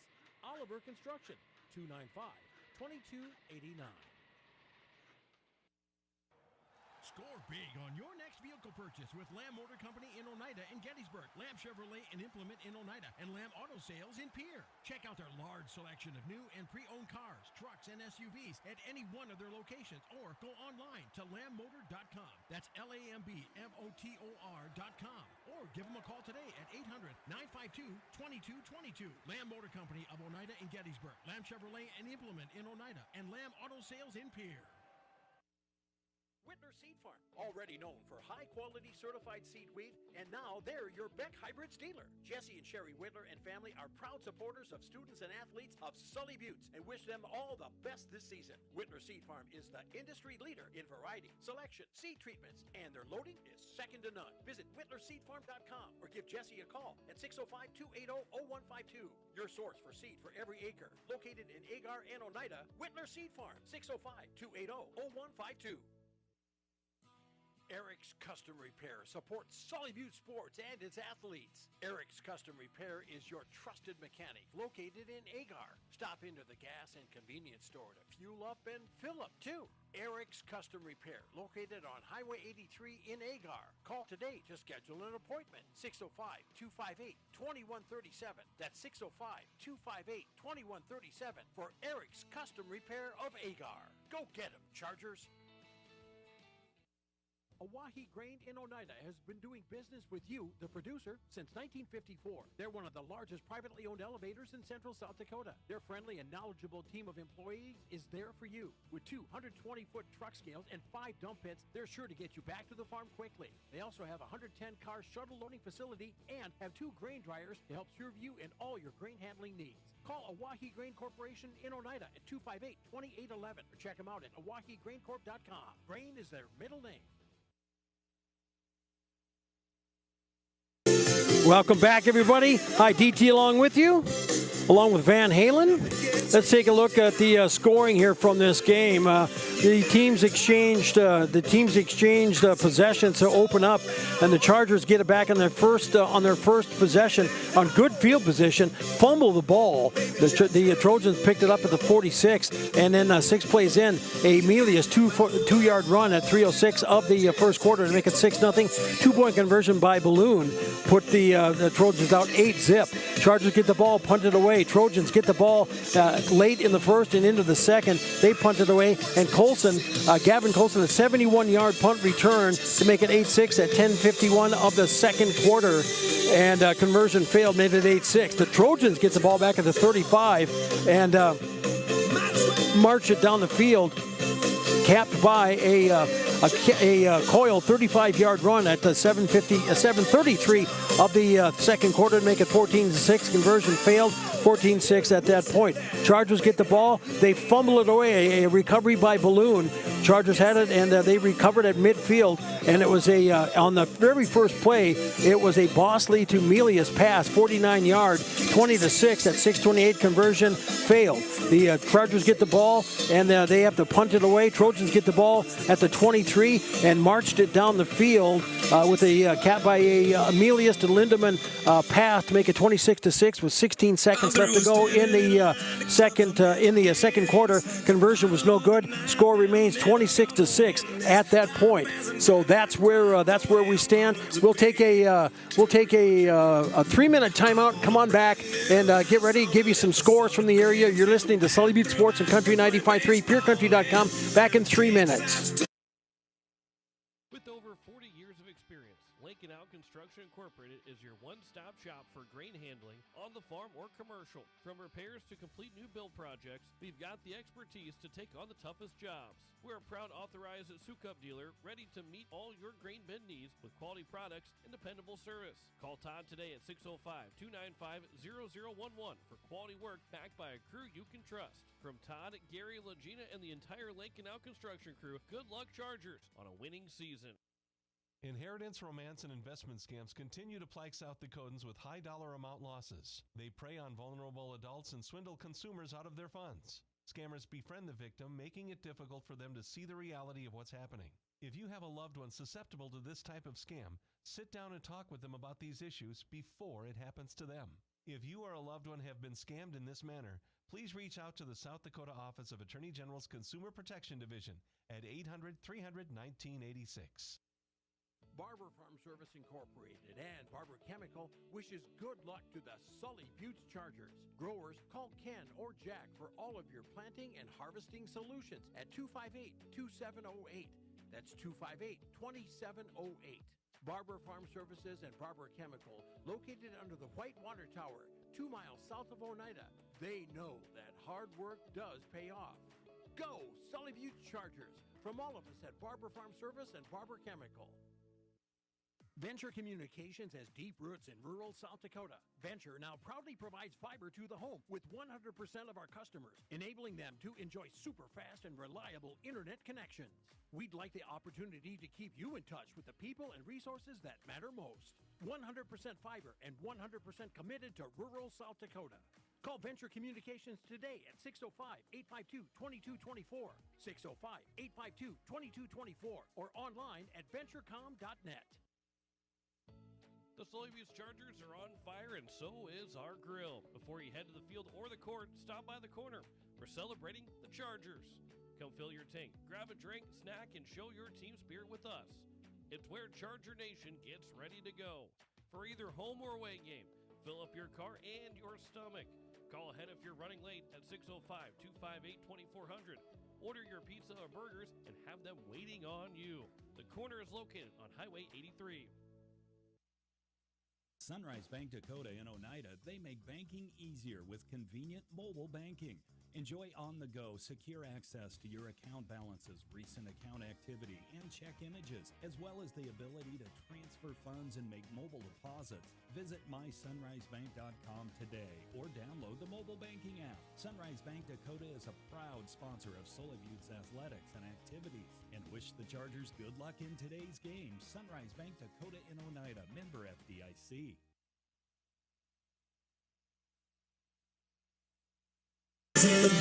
All right, welcome back, everybody. Hi, DT along with you. Let's run down some scores if we can here. With as the winding down at halftime, Chargers trail 26-6. Other scores from Class 9B. As we can jump to that, there was one finish earlier, and that was a total kicking. Del Rapids St. Mary's 56-6. They await the winner of this contest, and right now it's Fulton area on top of Sully Butte 26-6. And the other matchup on the other side of the bracket, it's Coleman Egan leading Harriet Selby. Actually, that is a final now. Coleman Egan defeats Harriet Selby at 24-14, and Coleman Egan will move on. Avon is leading in their contest against Sioux Falls Lutheran 36-22. In Class 9A, it's Platte Geddes 14, Alcester Hudson 8. That's in the third quarter last check. Phillip has taken the lead over Ipswich 14-6 to start the fourth quarter. End of the first half, it's Wall 35, Castlewood nothing, and Howard 28, Warner 7 with 5 minutes left to go in the third. Class 9AA. We've got Elkton Lake Benton defeating Hanson 44-15 earlier. It was Parkston 36, Bonham nothing. Freedman Academy 44-0 over Kimball White Lake in the third quarter, and Hamlin leading Hill City 16-7. In Class 11B, St. Thomas More defeats Mount Vernon Plankin 31-8. And South Point Jefferson 35, Sioux Valley 14. Dual leads Wagner 20-6. These are 11B scores, and it's Clark Willow Lake 14, Winner 12. In 11A, in 11AA or 11A, that is, it's Lennox 42, Tri-Valley 14, West Central leading Madison 14-7, Sioux Falls Christian downs Rapid City Christian 54-0, and Del Rapids over Millbank 14-7. 11AA, it is Pierre 35-7 with 1 minute left to go.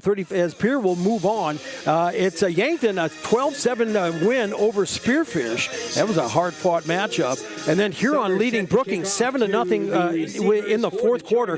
Great matchup there. Sturgis Brown and Watertown tied at 14 apiece. That's in the third quarter at last check. In 11 AAA, we'll check those scores as the Trojans get ready to kick it off, get into the second half. DT along with you. Good to have you on board as we Chargers come back out here. Let's see what they can do in the second half as they await the opening kick from Summers of the Faulkton area Trojans. Kick it away, kind of a line drive knuckler as it goes back as Colson picks it up, trying to get around on the right side and on the left side rather, and he gets taken out of bounds.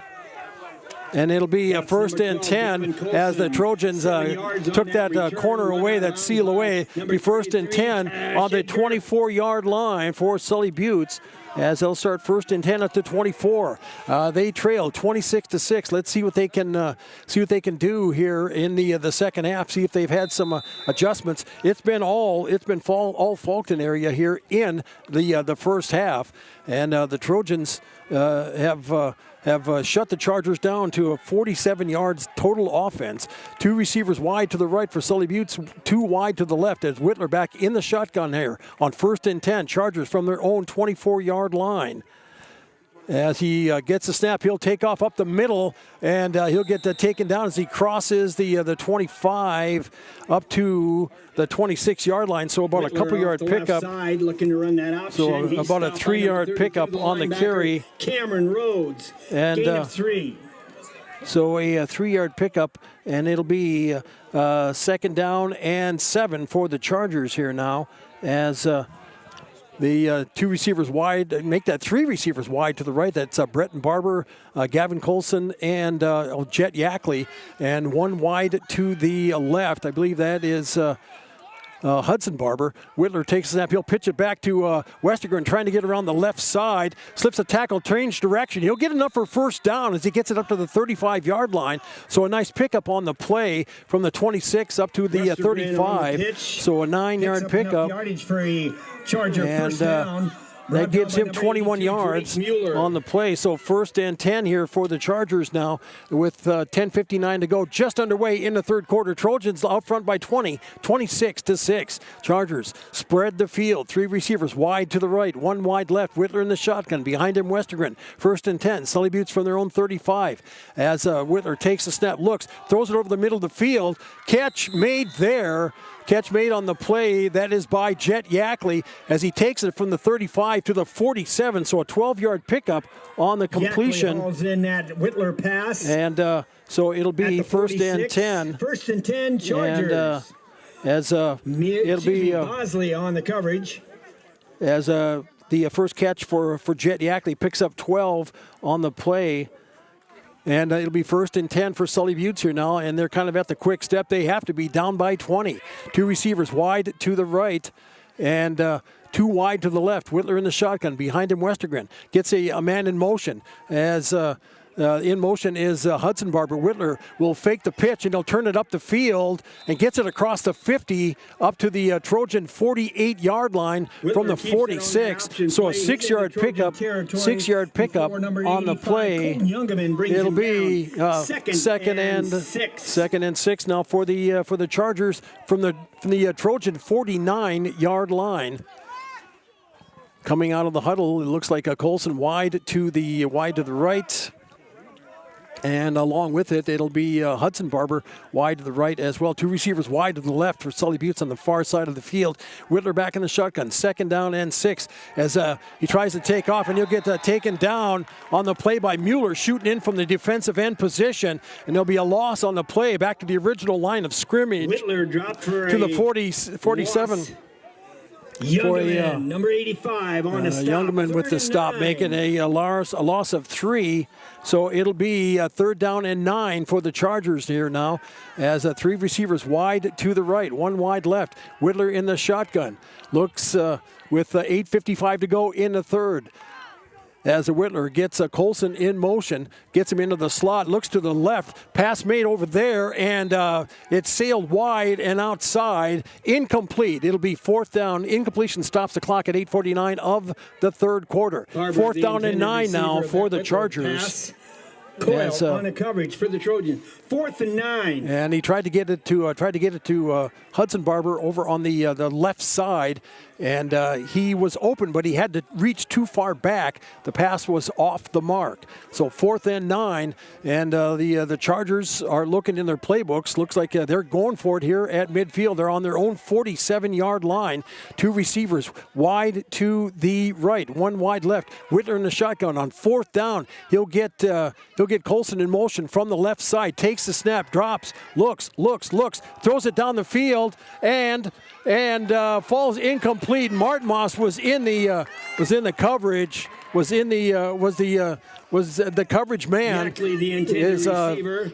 Yackley tried to get to the ball, but was impeded to get to the ball. They'll call incomplete, and the ball will go over on downs. It'll be 1st and 10 for the Trojans now on the Charger 47-yard line.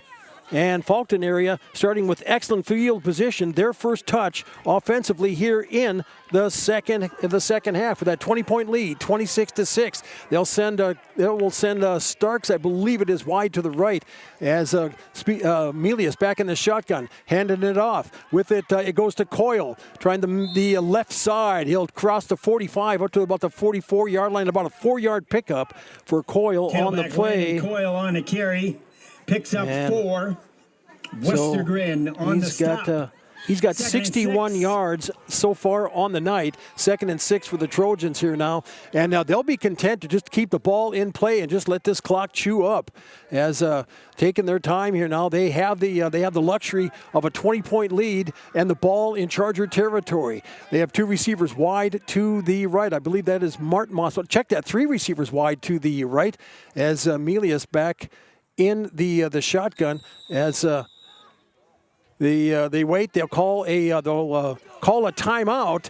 And with 7:59, we'll be back in 1 minute. You're listening to Sully Butte Sports on Country 95.3, PureCountry.com. 1 minute. From time to time, parents occasionally ask, is it safe for my children to participate in high school sports? A better question might be, is it safe for my children not to participate in high school sports? Statistics show that teenagers are likely to be healthier and stay healthier as adults if they play a sport in high school. Participating in a high school sport builds and maintains strong bones, muscles, and joints. High school athletes are also more likely to develop good eating habits. High school athletes not only have stronger bodies, their self-esteem, self-confidence, and self-discipline are strengthened too. So insightful parents aren't asking, is it safe for my children to participate in high school sports? Instead, they're asking, hey, what time is the game tonight? This message presented by the South Dakota High School Activities Association and the South Dakota Interscholastic Athletic Administrators Association. Back underway here now as the Trojans here on the 2nd down and 6. They're going to try Milius on the left side. Slips a tackle and slips another tackle. Has enough for first down as he turns it over, crosses the 40 up to the 35-yard line. So we went from the 44 to the 30 to the 35. A 9-yard pickup on the carry. It'll be 1st and 10 here for the Trojans here now. And the Trojans here now keeping that clock rolling at 7:38 to go. Third quarter leading 26-6. Starks will come out wide right. Milius back in the shotgun. Behind him is Balloon, the fullback. Takes a snap, and the fullback will get it as he gets tripped up, falling forward, as he'll have enough to pick it up to about the 31-yard line, about a 4-yard pickup on the play. On that play by number 14, Barber once again. 80 yards on the night for Balloon on 11 carries. And it'll be 2nd down and 5 here for the Trojans from the Charger 31-yard line. As Sully Butte's trying to line up here after the Trojans break huddle, offensive huddle. It starts to come out wide right. And Trojans keeping a pretty basic formation. Have a receiver slot left as Emilius trying to take off on the right side. Splits a tackle, and he goes over the inside 15, 10, 5. Touchdown! And the Trojans break it in to make it 32-6, leading Sully Butte. And we have, well, wait a minute, we have a flag on the field, a flag on the play, and there'll be a hold against the Trojans, so that one will come back. A pretty run, but all for naught, as the flag sits at about the 28-yard line. So instead of a touchdown, instead of 32-6, the Trojans will get marched back about 10 yards from that point, and it'll be back second down and about 13. Black, number 28. So 2nd down. 2nd down here for the Trojans. 2nd down and about 14 for Faulkton area now. In 6:39 to go, they'll wind that clock with 6:35 to play in the third. Trojans leading 26-6, but in Charger territory once again. As it'll be Martin Moss wide to the right this time. That's a wide side of the field. Starks wide to the left. And Milius back in the shotgun. Behind him, Balloon. 2nd down and 14. Takes the snap. He'll hand it off to Balloon as he'll spin and turn and keep going forward. And he'll follow it forward up to about the 30-yard line, from the 44 up to about the 35, rather make it. About a 9-yard pickup on the carry. For yardage. And Weinheimer on the stop. And it'll be 3rd down and 5 for the Trojans after about a 10-yard pickup by Balloon, the fullback for the Trojans. And it'll be 3rd down and a manageable 5 here now. It's at the Sully Butte's 30-yard line. Starks wide left. And Mueller is the tight end on the right side. Milius back in the shotgun here now. Behind him is Balloon, and they get a free 5 on that from the Charger jump. And it'll be offsides on the Charger defense, so a free 5-yard mark off, and that should be enough for a first down. First of all, reset it to 5:32. And the official talking it over here. We have a dead ball encroachment. As the Chargers get be 3rd down. Actually, I mean they should be marching it off. It'll be enough for a first down.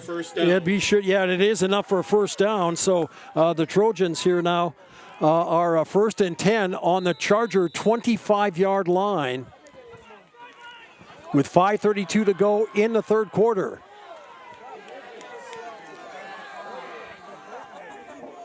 Starks wide left. Milius in the shotgun. Looking at the sidelines for the play. Balloon is behind him on first down. And Milius is going to take off with it around the left side, and he'll get dragged down on the left side after crossing the line of scrimmage up to the 20-yard line. 20-yard line. So a 5-yard pickup on the play. 2nd and 5. It'll be 2nd and 5 for the Trojans. 73 yards on 10 carries, that is, for Milius on the night.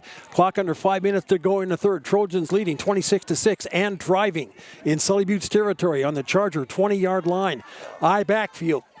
Starks wide to the right. Milius under center this time. Long snap count. Handoff to the up back as he tries Coyle. I believe that's Coyle as they unpile here. No, check that. That is Balloon with the carry. And he looks like he's going to get close to 5 yards on the carry. Again on the carry and indeed it will. Trojans, a 5-yard pickup on the play. For a Trojan first down. A 5-yard pickup for the Trojans. And another first down at the 15. for Faulkton area as they are at 1st and 10 at the Charger 15-yard line with the clock ticking. As then by the next time the snap comes off, it'll be under 4 minutes to go in the third quarter. Trojans leading 26-6 and knocking at the door. It is Starks wide to the right as Coyle behind Melius, and I believe that was Coyle who had the carry on the play. And was it Melius or Coyle? On the carry. And they'll say he's Westergren on the stop. So they'll say it was Coyle on the carry, and he got 3 yards, and it was a dead ball, and it was not a fumble. So the ball will go over. Will keep in Faulkton's possession to make it 2nd and 7 from the Charger 12-yard line. As Melius in the shotgun, behind him is Coyle. On 2nd and 7 from the Charger 12. Takes the snap. Melius does it. He tries to get around the left side, following his blockers, fighting forward, getting into the end zone. Touchdown! The Trojans break it in, but there is a flag on the play on the near side. Once again, a penalty flag. And a hold on the Trojans as another hold called, and they'll be marching that one off, and it'll bring it all the way back. Black, number 28. They'll be bringing it all the way back to the 20-yard line, and it's the penalty stops the clock. The penalty stops the clock at 3 minutes here. Now they wind it. It's 2:59. It'll be 2nd down and 15 for the Trojans from the Charger 20-yard line. As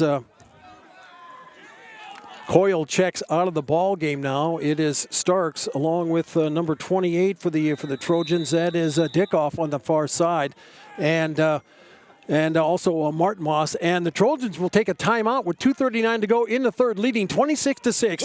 You're listening to Sully Butte Sports on Country 95.3, PureCountry.com. Back in 1 minute. Air Incorporated is your locally owned ag chemical and seed retailer. Air Incorporated offers reliable ground and aerial application. For the latest seed and chemical pricing, contact Kyle at 605-280-8710 or Tony at 605-280-4771. Air for all your ag chemical and seed needs. Kyle 605-280-8710 or Tony 605-280-4771. Before or after the game, get together with friends at the Blue Goose in Oneida. The Blue Goose has a relaxing atmosphere, and it's a great place to talk about the game. Not only that, but you can see info and pictures of past teams and players. It's history with the focus on the future. Be sure to kick back with friends and coworkers at the one spot that has it all. The Blue Goose in downtown Oneida. Proud to be a supporter of Sully Butte Sports. We are back underway now on a 2nd down and 15 for the Trojans, back from the Charger 20-yard line. Melius takes the snap, follows his blockers on the right side, falls forward on the play after a tackle as he falls it forward, and he Melius picked up. Keeper. Stopped by Colson of the Chargers. And Chargers have a player down. 9.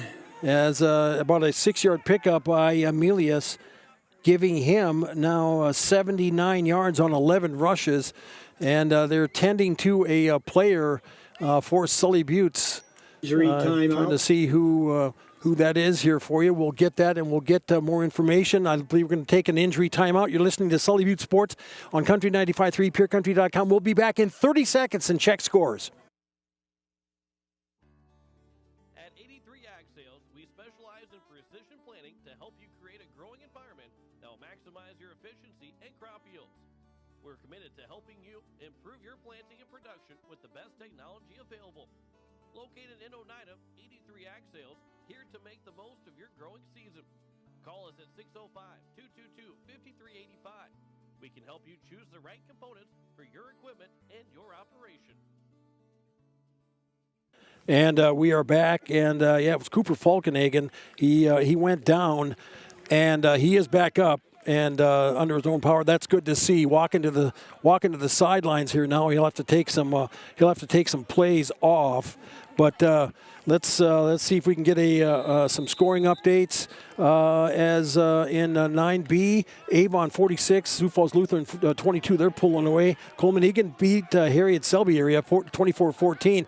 As we get back underway, 3rd down and 10 for the Trojans now from the Charger 15-yard line. Melius back in the shotgun, starts wide right. They'll hand it off to Balloon, trying the middle of the field. He'll get cut off there. He'll get taken down on the play. Tristan Balloon on a carry straight up the middle. As makes the stop.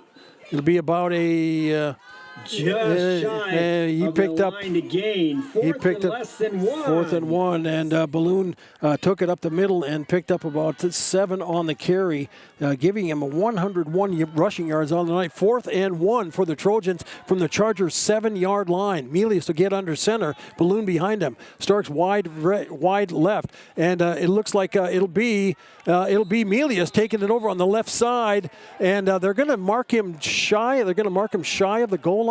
It'll be enough for a first down, first and goal for the Trojan. Barber on the stop. And it'll be first and goal for the Trojans now on the Sully Buttes 1-yard line. 1:20 to go in the third quarter. Fulton area leading Sully Buttes 26-6. And the Trojans, after this drive, started at the 47-yard line after the Chargers gave it over on downs. Are looking to pound it in here and take a 26-point lead late in the third quarter. As a first and goal, they're going to give Melius is going to keep it himself, and he'll get it in to the end zone for the touchdown. Melius on a 1-yard run. Quarterback sneak by Spencer Melius. At 58 seconds in the third quarter to make the score 32-6. Fulton area leading Sully Buttes. As the Trojans are piling it on, that's for sure, and they'll line up for the 2-point conversion, and they're having good success. Just marching it down the field. This is nothing fancy. They're just coming out there and just playing. They're playing Trojan football. Time for the 2-point conversion. And it is no good. The score remains 32-6. Fulton area leading Sully Buttes. You're listening to Charger Sports and Country 95.3, PureCountry.com. We'll be back in 1 minute. 1 minute. Less than a minute. AGE Corporation's contractors and crane service are proud supporters of Sully Buttes sports. For almost 60 years, AGE has been building South Dakota. For all your site work, construction, and crane work needs this season, AGE is here to help. Give them a call. AGE Corporation and Crane Service, 223-2732. That number again, 223-2732. AGE, proud to support local sports. At AgTegra, we're leveraging the power of the cooperative to benefit our farmers and ranchers, their families, and local communities. We're creating jobs for your neighbors and putting money back into our communities. We're lending a hand in our rural fire departments, food banks, and 4-H and FFA programs. That's what local is all about. When you do business at AgTegra, you help us make a difference in your community. AgTegra, strong, stable, dependable, and local. All right, welcome back. They're having a party here in Fulton as they're rolling the Chargers 32-6. Sully Buttes won earlier this year, 30-22, back at the end of September here. This is October football. Well, what's left of October anyway. One more day, Halloween. We fall back this weekend with the clock. So it is now 32-6. Fulton area leading Sully Buttes. 58 seconds left to go in the third quarter. Summers ready to kick it away. Chargers deep. It is Colson along with Mercer, and they knuckle it up as Jet Yackley will cover it at the 34-yard line. First and 10 here now for the Chargers from their own 34-yard line. Recovers that line drive kick. First and 10, Sully Buttes will start on their own 34. And at their own they've 34. got 57 seconds left to go here in the third quarter. And the Trojans are one score away from making a continuous clock in this one. And right now the winner of this game will go on to face Del Rapids St. Mary's on Friday of next week. And it was Coleman Egan defeating Harriet Selby area earlier, and Avon was leading in their contest, and so there could be the semifinals matched up.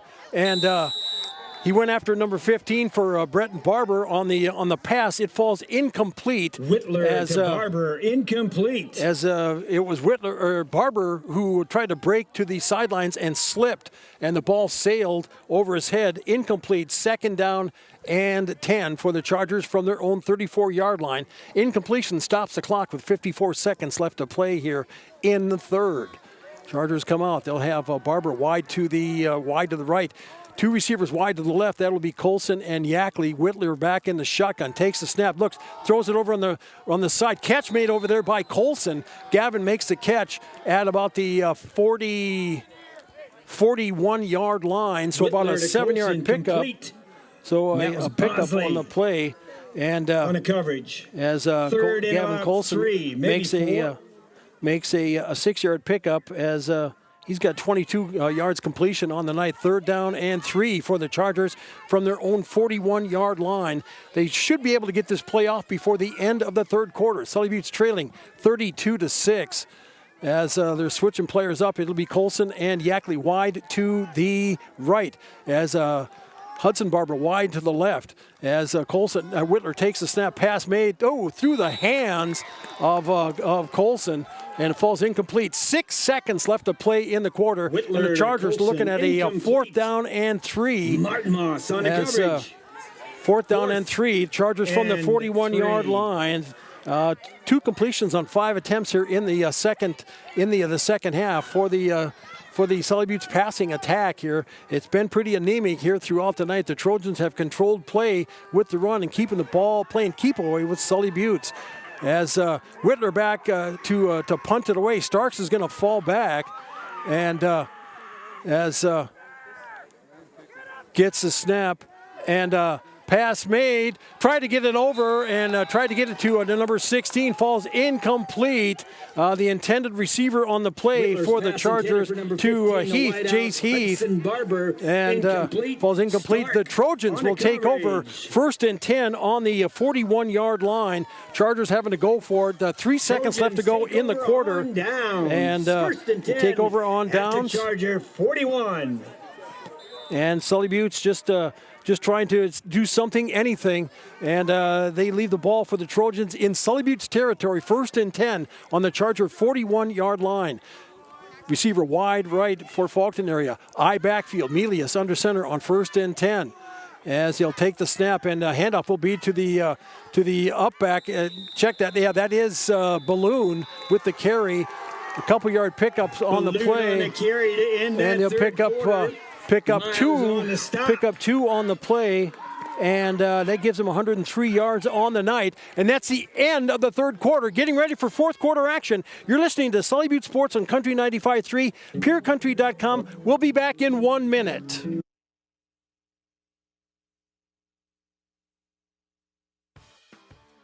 Teamwork is important to Barber Chemical in Oneida. With a full-time agronomist, sprayers, and licensed applicators, they have the team to get the job done. Their fully stocked warehouse will always have the latest products and technology available. Service, quality, and efficiency. That's the game plan at Barber Chemical. See Barber Chemical for your soil and tissue sampling needs. Good luck, Chargers, from your teammates at Barber Chemical in Oneida.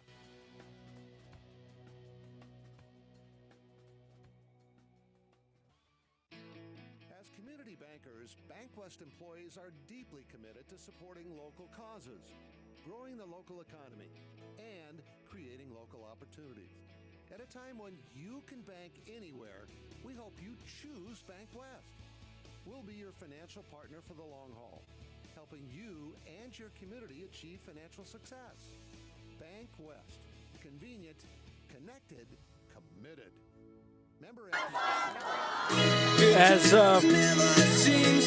we are back, DT along with you, and start of the fourth quarter. The Trojans now 2nd down and 8 from the Charger 39-yard line as they finished off the third quarter. A 2-yard run by Balloon. Milius back in the shotgun. Man in motion is Stark. They'll give it off to Coyle, trying the right side, splitting it up the field and breaking into the open. As he breaks it down, they were around about the 20-yard line, but there is a flag on the near side as it comes out here. Landon Coyle on a carry.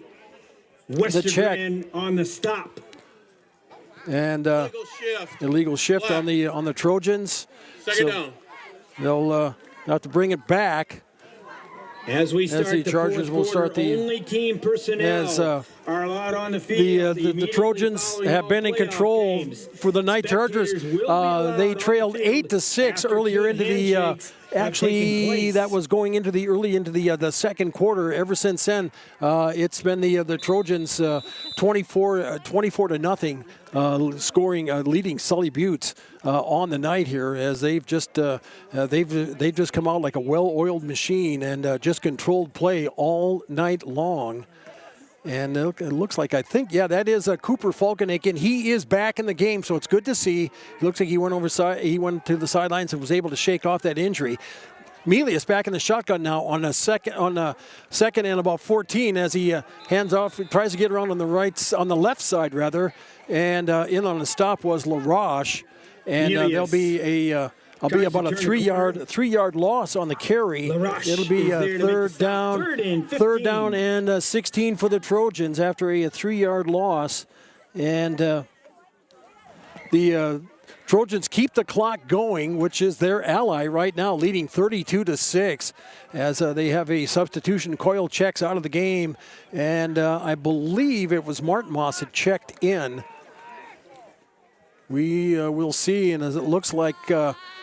And it will be, it'll be Martin Moss along with Mueller wide to the right, and there is a timeout. The Trojans are going to take a timeout. Fulton. And we'll take a 30-second timeout. Come on back and check scores. You're listening to Sully Butte Sports on Country 95.3, PureCountry.com, KLXS Pierre.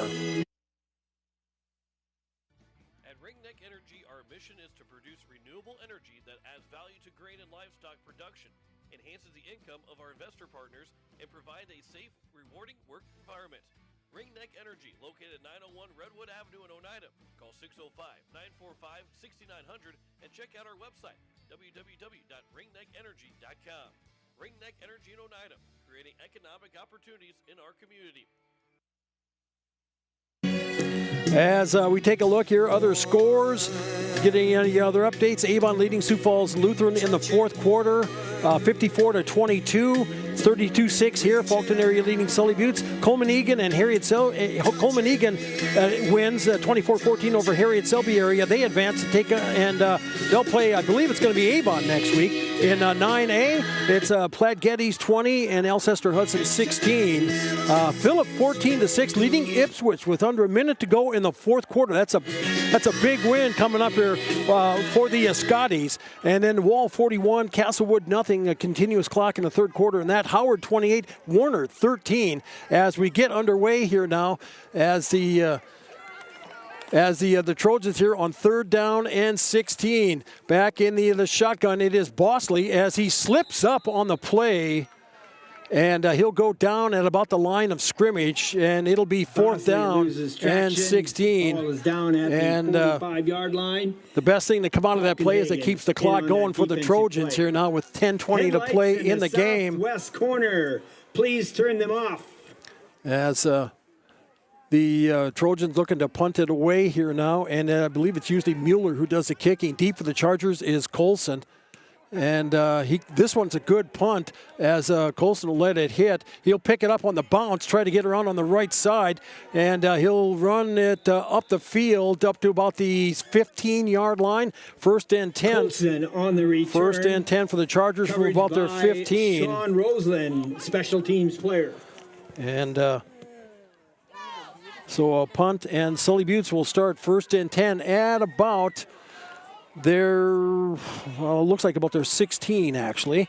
with 9:58 to go here in the game. Trojans leading 32-6. Sully Butte's backs obviously passed against the wall here now. They'll send a split out here on the play as it is Whitler who is alone with the behind the center, and they have we have a. Is there a flag on the play? It looks like there is a flag on the play. Dead ball. Offsides. White. Offsides. The Chargers lined up offsides. So instead of first and 10, first and 15, if they wanted to add yardage to the play, they did the right thing, which is of course ridiculous. So they're going to try first and 15 now and see what they can do from there. They're about their 11-yard line with 9:58 to play, trailing 32-6. And so much for fluff and puff. They're back to the usual formation. 2 receivers wide left, and they'll fake the handoff. They'll drop a pass in the flat on the right side. Catch made over there. Let's see. That was is that Colson? I believe that's Colson. But no, hardly any gain on the carry, or any on the completion rather. And as Whitler's pass complete to Easton Moore. Landon Coyle on the coverage for the Trojans. 2nd and 15. It was Easton Moore with the catch, so he looks like he picked up 1. 2 receivers wide to the left. Whitler takes the snap on second down. He goes to Colson. Pass sailed high and low and outside. Falls incomplete. Whitler to Colson, incomplete. And it'll be third down. It'll be third down and 15 for the Chargers now from the 12-yard line on that pass as it sailed, and Colson couldn't pick it up off of his shoe tops. Incompletion stops the clock at 9:20 of the fourth quarter. Trojans in control. 32-6 is our score. As the Chargers are going to take a timeout. We'll take a 30 and come on back and check some other scores. You're listening to Sully Butte Sports on Country 95.3, PureCountry.com. Back in 30 seconds. Koenig of Oneida, Pierre, and Winner has provided our services to growers of South Dakota for over 50 years. We focus on providing our customers with the products, services, and attention to detail that each farmer needs to succeed. For your individual needs of custom spraying, liquid or dry fertilizer, chemical, soil sampling, seed sales, and treating, stop in and see us at Koenig with offices located in Oneida, Pierre, and Winner. And we are back. And let's check some scores here for you as they become available here. We took a look in 9B, and let's see, that was there we go, try to get that. And let's see, it is a final. Coleman Egan defeats Harriet Selby area 24-14, and it's Avon 54, Sioux Falls Lutheran 54-22. Ipswich, that's final. And wow, Ipswich falls on the road at Phillip 14-6. Wall 41-0 over Castlewood. As we get back to play here now, 3rd down and 15 for the Chargers. Whitler takes the snap, drops back from his 12, rolls to his left, looking down the field, looking as tries to set back, throws it over into the middle of the field.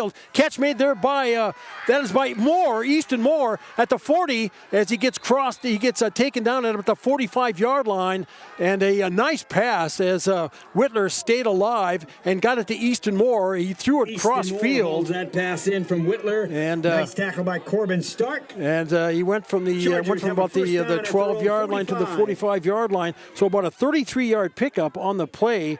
1st and 10 as a pass goes to Jet Yackley, catches it at the 50, gets it into Trojan territory to the 38-yard line. 1st and 10 for the Chargers after another pickup on the play. Yackley as let's see, 9, 15, 21-yard pickup on the play. So 1st and 10 here for the Chargers as Jet Yackley has 33 yards. Whitler takes a quick pass. Catch made by Yackley in the flat on the right side. Dumped there by Martin Moss, but up to the 33-yard line, so about an 8-yard pickup on the play. It'll be 2nd down and 3 here for the Chargers now, as they're obviously at the quick step, trying to get something going, anything. Martin Moss. And 2nd and 3. Chargers here now with 2 receivers wide to the right, 1 wide left. Whitler takes the snap, drops. He'll take off up the middle of the field as he'll have enough for a 1st down. first and 10 as he brings it up to the 25-yard line. Ran it from the 33, so an 8-yard pickup by Whitler. On a scramble. He's tackled by number 32, the inside linebacker, Cameron Rhodes. Whitler and the Chargers, first down. Now Whitler has 22 yards rushing. A pass, quick pass into the end zone, and a flag on the play as the intended receiver on that play deep for the Chargers. That was, I believe that was, that was Yackley again. But they've got a flag at the goal line, and it could be a pass interference call. And they could be marching that one off. Defensive pass interference. Pass interference. 24. That's half the distance. And he was draped all over him. It'll be first down for the Chargers. Yackley, the intended receiver. Yackley was it was Jet Yackley who was heating up here in the fourth quarter. It'll be first down and 10 from the 11. Handoff to a Westergren as he powers it into the end zone. Touchdown, Sully Buttes Chargers. As it is now 32-12. Sully Buttes trailing in from about 12. As Westergren gets the score at 7:48 of the fourth quarter to make it 32-12. Faulkton area leading Sully Buttes. And Westergren finished that off with a 12-yard run and to make it 32-12. And that's 7:48. Chargers line up for the two-point conversion as a man in motion from the right side. They give it off to Westergren as he fights his way in for the two-point conversion to make it 32-14. Westergren on the two-point conversion. It's good. So it's 32-14. 48 rather to play. Faulkton leading Sully Buttes. You're listening to Charger Sports on Country 95.3, PureCountry.com. We'll be back in 60 seconds.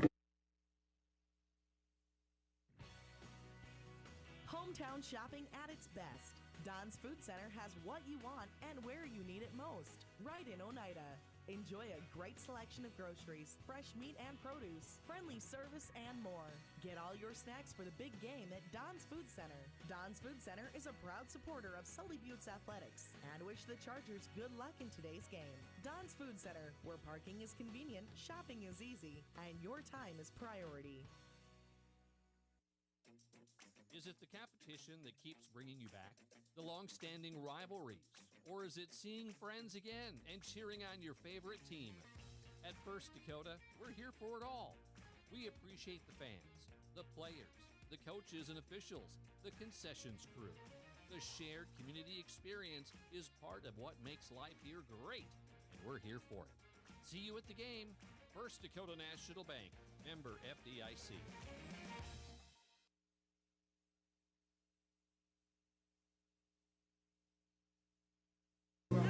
Welcome back, everybody. DT along with you.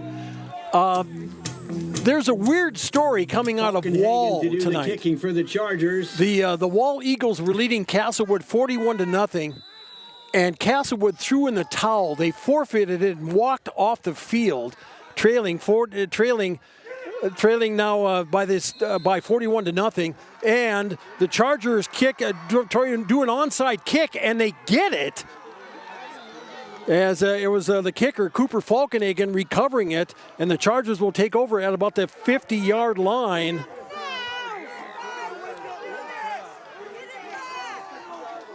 Falkenhagen's onside kick. I know. That's Milt Hancock. Thanks for that report. Chargers that's from Milt. Wow, that's wild. Chargers. Speaking of wild, I mean they recovered an onside kick, trailing 32-14 with 7:46 to go in the game. It is Yackley wide to the right, along with Colson, and Barber wide to the left. Pass to Barber and. We've got a flag on the play as Barber he was breaking down the field, and the pass came in behind him, but they threw a flag on the play, and so let's what are they coming up with here? And pass interference. They'll call pass interference. Number 2. And 15 yards. 15 yards, and they'll march it off. And the Chargers will get it at the 33-yard line on first down. Ball, 1st and 10 at the Trojan 33. And onside kick. As Whitler takes the snap, pass into flat. Catch made out there by Colson on the right side. Slips a tackle inside the 20, and he'll go down inside the 20. 1st and 10 for the Chargers as they brought it in from the 34 down to about the 15-yard line. So about a 14-yard pickup on the play. Stop. And 1st and 10 Chargers. 15-yard pickup. And the Chargers quickly moving down the field. 7:35 to play here, trailing 32-14. Whitler in the shotgun. 2 receivers wide to the right, 1 wide left.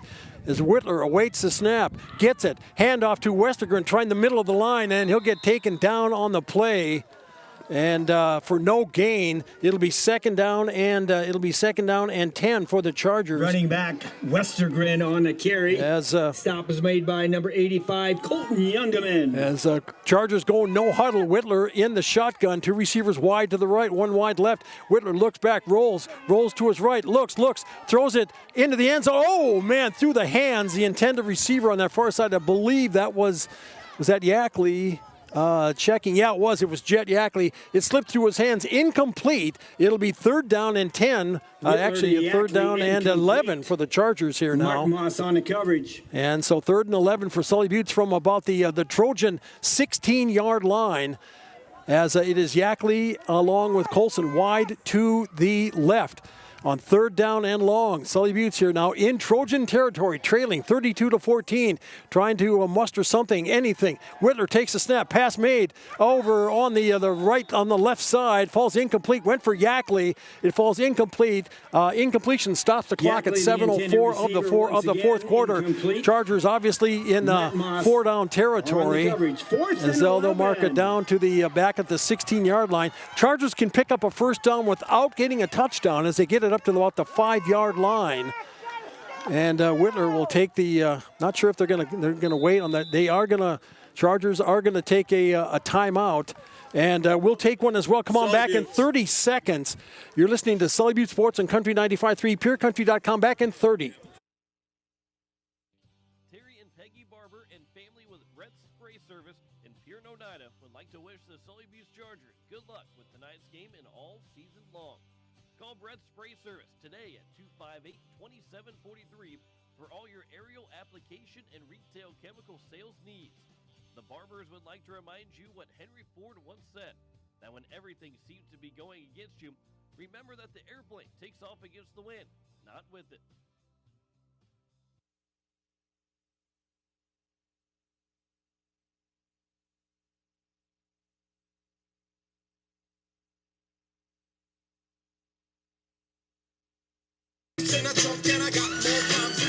All right, welcome back as Chargers going for it here down on 4th down and 11 from the Trojan 17-yard line. They trail 32-14 and no give up in them.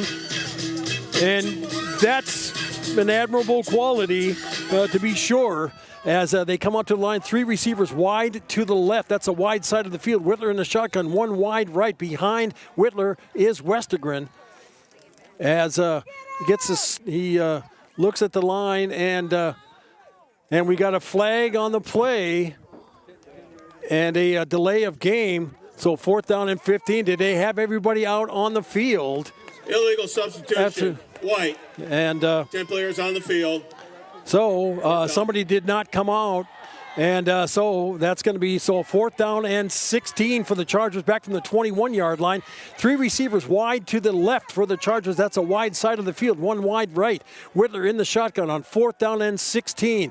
Takes the snap, drops, looks, rolls to his left as he's taken off for the corner, and he'll get down inside the 5. He has enough for first down, and he gets pushed down. And he gets pushed out of bounds. Let's see if he gets up okay. He does. And he's got enough for a first down. It should be inside the 5-yard line as he took it from about the 20. And, he's up. He's okay. It'll be 1st and goal from the Trojan 2-yard line. So an 18-yard pickup on the play by Whitler. He's got 40 yards rushing on the night. 6:55 to go in the game as the Chargers first and goal from the Trojan 2-yard line. Whittler back in the shotgun here now as he has Colson wide to the right. Behind him is Westergren. Awaits the snap. Gets the snap, looks, pass made, catch made, and it is into the end zone. Touchdown as Easton Moore makes the catch to make it now 32-20. Faulkton area with the lead. Chargers going for it and going for the two-point conversion here now. Touchdown. And it's Whittler to Moore as Easton peeled off the line from his tight end position, and a 2-yarder to make it 32-20 with now 6:50 to go in the quarter. Chargers lining up for the two-point conversion to try to make this a 10-point game. This thing was like all but done here, and there's still a lot of time. When the Trojans get the ball back, all they have to do is just ground and pound it. But as Faulkton Whittler takes the snap, he's rolling, looking, pass made, catch, and the two-point conversion is good. That was by Easton Moore. No, check that. I'm sorry. No, that was number 16 for the Chargers. That is Whittler's no, that's two-point conversion Jace pass Heath. is good. Jace Heath makes the catch to make it 32-22, and just like that, it's 32-22, and the Chargers will kick it away. We'll be back in 30 seconds. You're listening to Sully Butte Sports on Country 95.3, PureCountry.com. Back in 30. Venture Communications provides blazing fast speeds for affordable internet services. Streaming has never been so easy as it is with these super fast speeds. Don't want to leave the house to mail in that pesky bill? That's okay. Venture Communications allows you to pay your bill online or with an e-bill mobile app. They have local support to help with all of your needs. Contact Venture Communications at 605-852-2224 or visit our website at venturecom.net.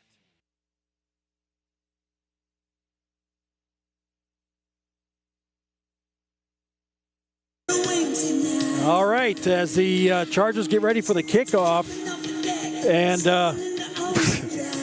wow, we were shoveling dirt on this one, but all of a sudden the Chargers are back within 10. That is character. This is character you're listening to and seeing here, watching this game. The Trojans have control, and they get the ball back. All they have to do is just chew up the clock.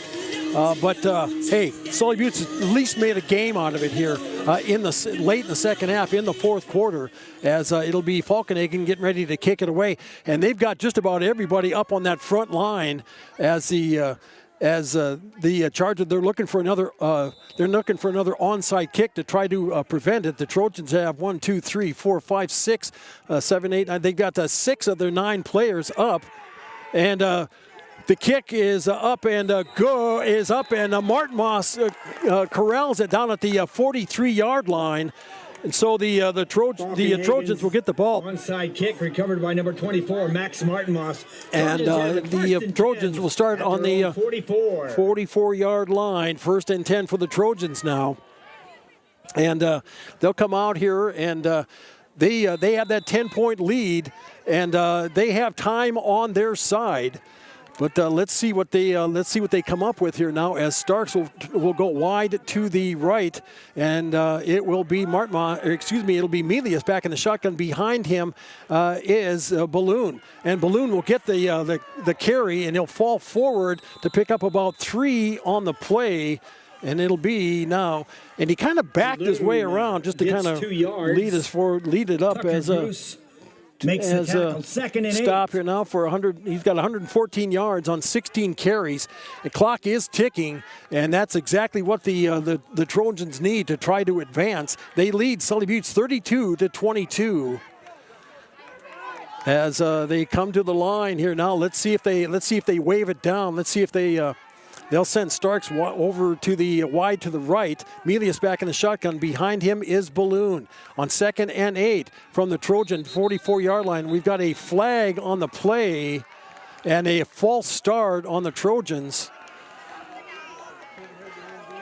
As there'll be a 5-yard march off. Good ball. Flag on False the start. far side. Offense. And so instead of 2nd and 8, it'll be 2nd down and 13 for the Trojans now. And there's been quite a few flags in this contest tonight for both sides. And the clock's still ticking. Under 6 minutes to go in the game. 5:55.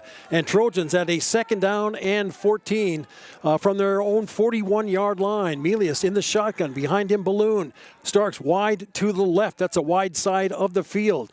As the senior quarterback awaits the snap, gets it. He'll follow his blockers on the left side. Turn it up the field. And he's still trying to move it forward and gets pulled back on the play. And it'll be about a Melius on the keeper. He's 7 and tackled 8 yard by pickup. He gets it up to about the 49-yard line. 3rd and 5. So he picked up 9 on the carry, and it'll be 3rd down and 5 for the Trojans on the Falkton 49-yard line. As they'll bring it to the line as the clock gets down to about the 5-minute mark in the game. Trojans leading 32-22, facing a 3rd and 5 from their own 49. Melius in the shotgun, takes the snap. He'll try to take it himself up the right side. He'll get taken down on the play as he tries to get it across the 50. Melius on the carry once again. As he'll go. Barber, the linebacker on the stop. 4th and 4. And he'll get 1 yard on the carry, so he's got 50 yards rushing on the night. And 4th and 4 here, and it'll be punting situation. Mueller, the snapper Tate Bray. And Mueller getting ready for the kick, as Colson is deep for the Chargers. As Mueller, this last punt really sailed on him, gave it a good one, got it inside the 15. Low snap, fields it, kicks it away, a knuckler. As it goes over from about it rolls inside the 20, and Chargers will get it inside the 20, but there is a flag on the far side of the field. There could be a block in the back on the Chargers. And out of bounds. As it rolls out of bounds. Chargers didn't want to, and there'll be flag on the play. They'll the official blocking the holding on the Chargers, I believe is what they're going to call, as if the flag sits at about the 24-yard line, and they'll march it inside the 15. About where are they going to spot it? They're going to spot it at the. They're going to spot it inside the 10. White. First down. So Sully Buttes will start 1st and 10 at about their 7-yard line, with 2 receivers wide to the right, 1 wide left. Whitler in the shotgun, standing near his the goal line as he awaits the snap, gets it. Quick pump fake pass, goes down the field, led it too far. The intended receiver was Colson, but good coverage on the play. Bosley and Martinmas out there. So it falls incomplete. It will be 2nd and 10 for the Chargers from about their 7-yard line, as Whitler tried to squeeze one in there, but he didn't have enough pepper on that ball to make it hit the mark. He would have had to throw to the outside shoulder, and that just didn't look like that was going to happen on that play. 2nd and 10. Whitler pass in the flat, catch made there by Colson as he stiff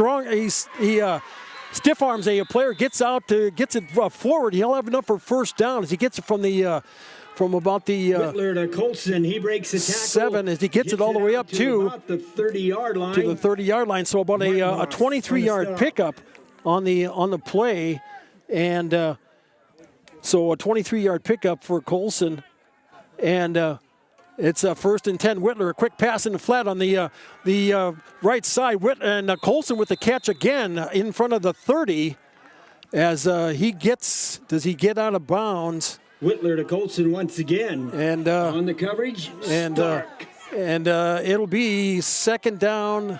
Let's see, that'll be about a 7-yard pickup on the play. And it'll be 2nd and 3 for the Chargers from their own 34-yard line. Whitler looks to the left, to the right, now to the left, and he tries to get Barber out there. Overthrows him, falls incomplete. It'll be 3rd down and 3 for the Chargers from their own 34-yard line. With 3:46 left to play in the game, Trojans leading 32-22.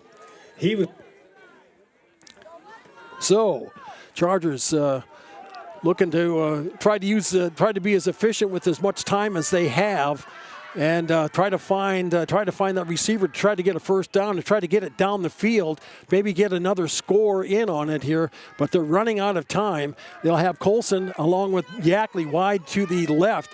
It'll be Barber wide to the right. Whitler in the shotgun on 3rd down and 3. He'll take off himself up the middle. He's got enough for first down. Slips a tackle, and he'll go down across the 40, 45, 46-yard line.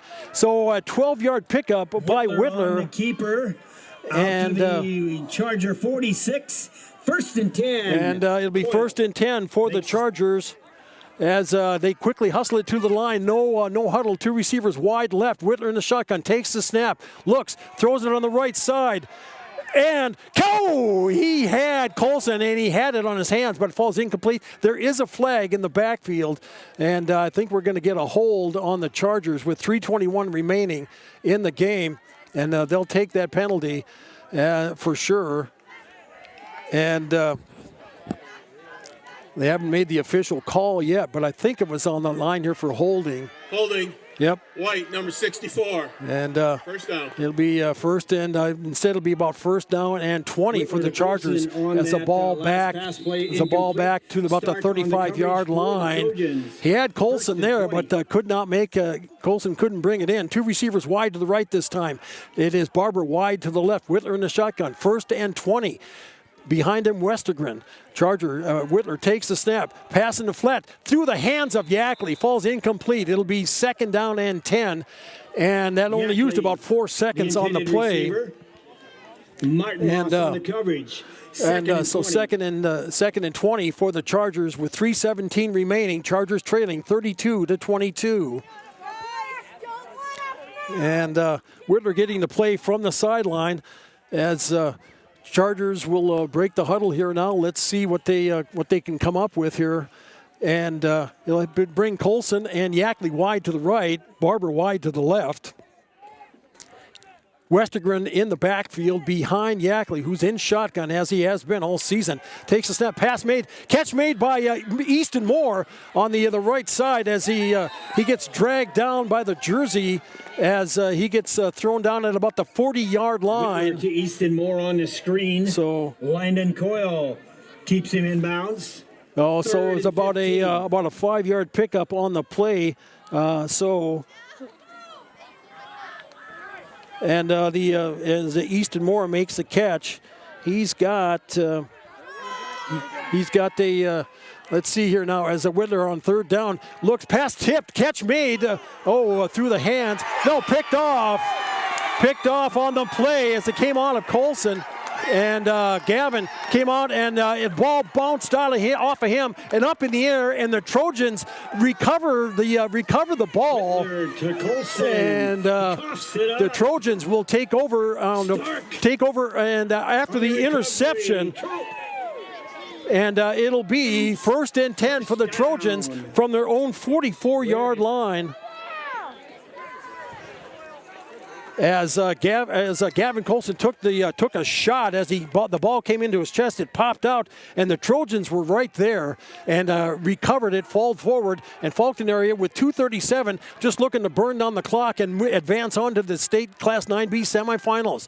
Melius will give it off to Balloon, who carries it in the middle, and it'll be about a pickup to the 40-yard line, so about a 4-yard pickup. It'll be 2nd down and 6 for the Trojans. Stopped by Falkenhagen. And if the Trojans use up all the time, they could march it down. If they get a first down, they could burn the clock up and call it a game. Let's see how they approach it here now. I'm sure they're looking at the back judge to watch his count. Melius, the senior quarterback, watches the count, takes the snap, handoff to Balloon. No, check that. That's Coyle with the carry, and he breaks away as he gets it down to as he gets it in enough for first down on the play. As he broke it over the left side, he brought it all the way from the he brought it over from the 40-yard line down to the 18-yard line. So 1st and 10 for the Trojans after a pickup on the tackle and a pickup on the play of 17 yards. to give him now 81 on the night. So 1st and 10 for Faulkton area on the Chargers 16-yard line. 1:35 to go in the game. As the Trojans bring it to the line, they'll have Corbin Stark wide to the left. I backfield. They'll hand it off to Balloon, trying the middle of the line, and he'll get held up there for no gain or maybe a yard at best.